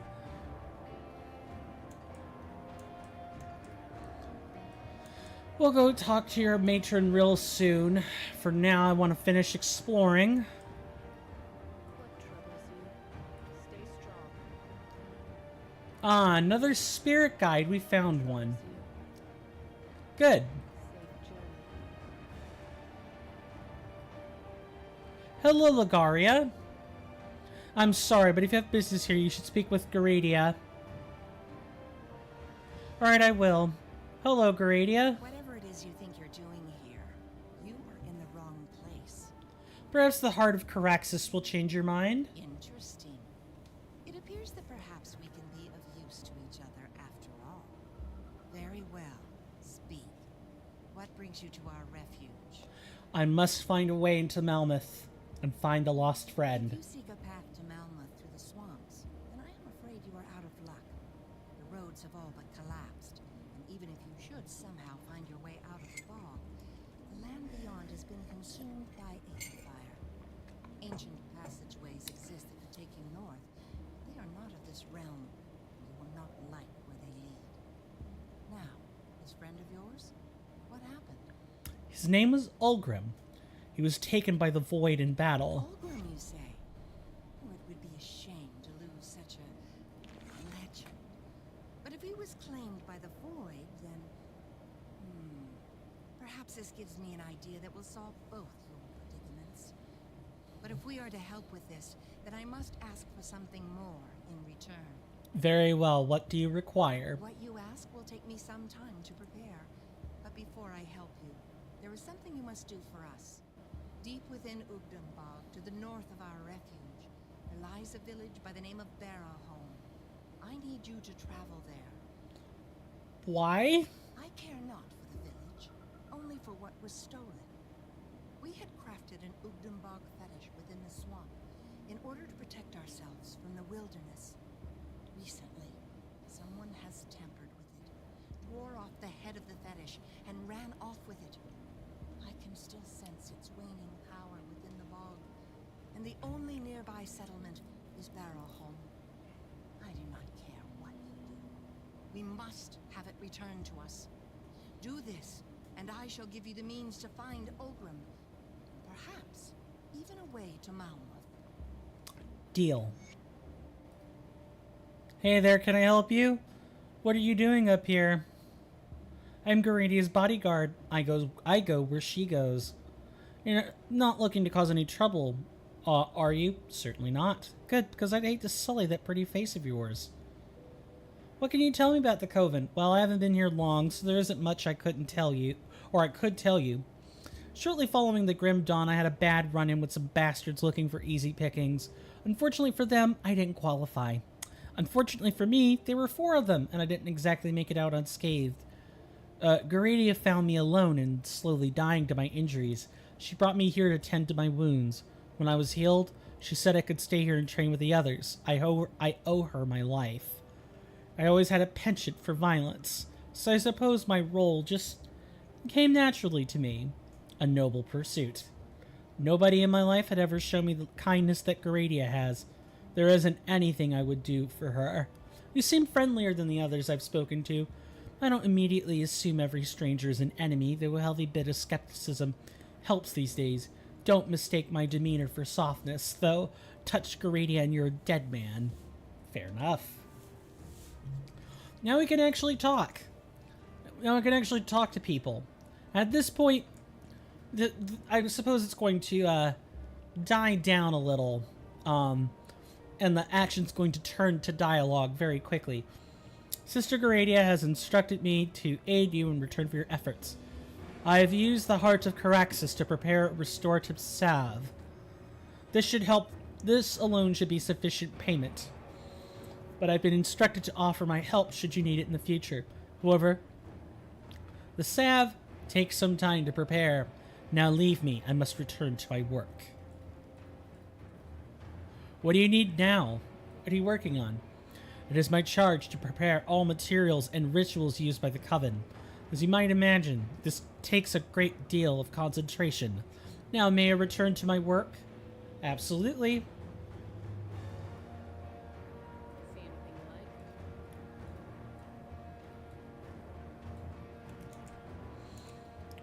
Alright, do you two have any more to say to us now?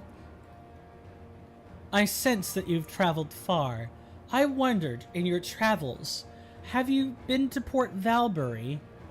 Do you know of its fate? It was my home once, but now it is hidden from me. I no longer see it in my dreams. It's in ruins. Then it is true, the city has fallen. I fear what began there may be the end of us all. Be wary in your travels, stranger, and thank you for bringing me this news. Thank you. Hello, Hastria. A word of caution, stranger. A deceptive spirit has tainted these lands. It seeks only to corrupt and consume. A spirit? This Wendigo corrupts those who fail or fall prey to its trickery and consumes those too weakened to defend themselves. Take care in who you trust out here. What's it like living out here? It is as you'd expect, lonely and dangerous. The others trouble themselves with threats here in the bog, but I try to cast my gaze beyond. So secluded from the rest of the world, it is too easy for us to focus on what happens here in our little refuge and forget what is happening in the rest of Cairn. When I stand here in the circle of sight, I see a darkness gathering strength in the north. Our enemies are preparing. We should too. I see a vast expanse of aether fire blanketing the land as far as the eye could see. I see a city in ruins, its people shattered, clinging to a meager existence. Mere moments of this destruction is more than I could bear to witness. I'm sorry to have disturbed you, but I needed to know.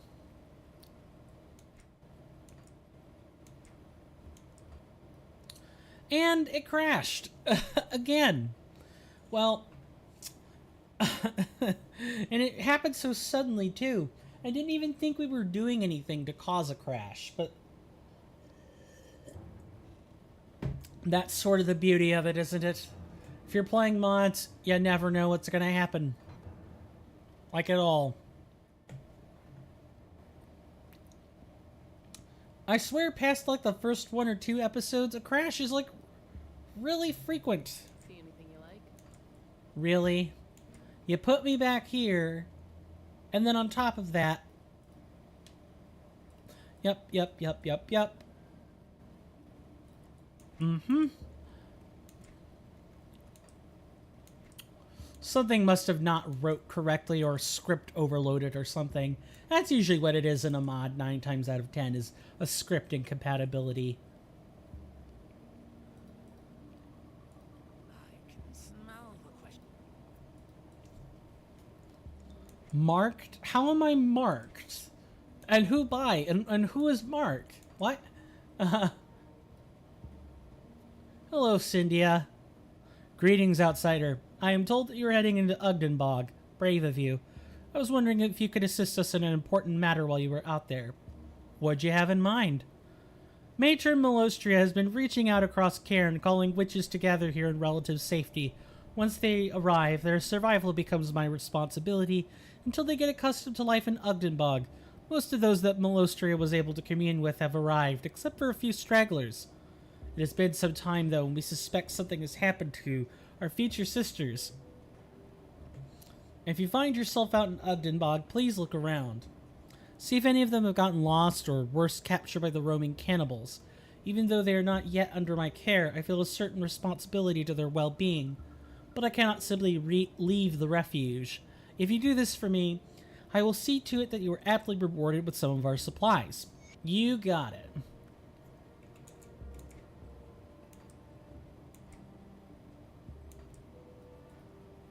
What does the foul...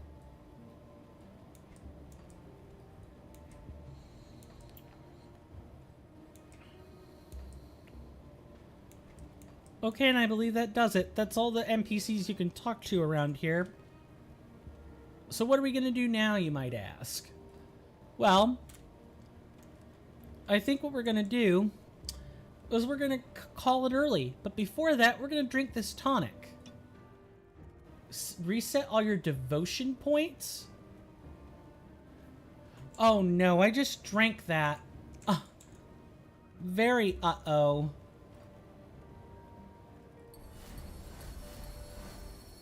That is not very good.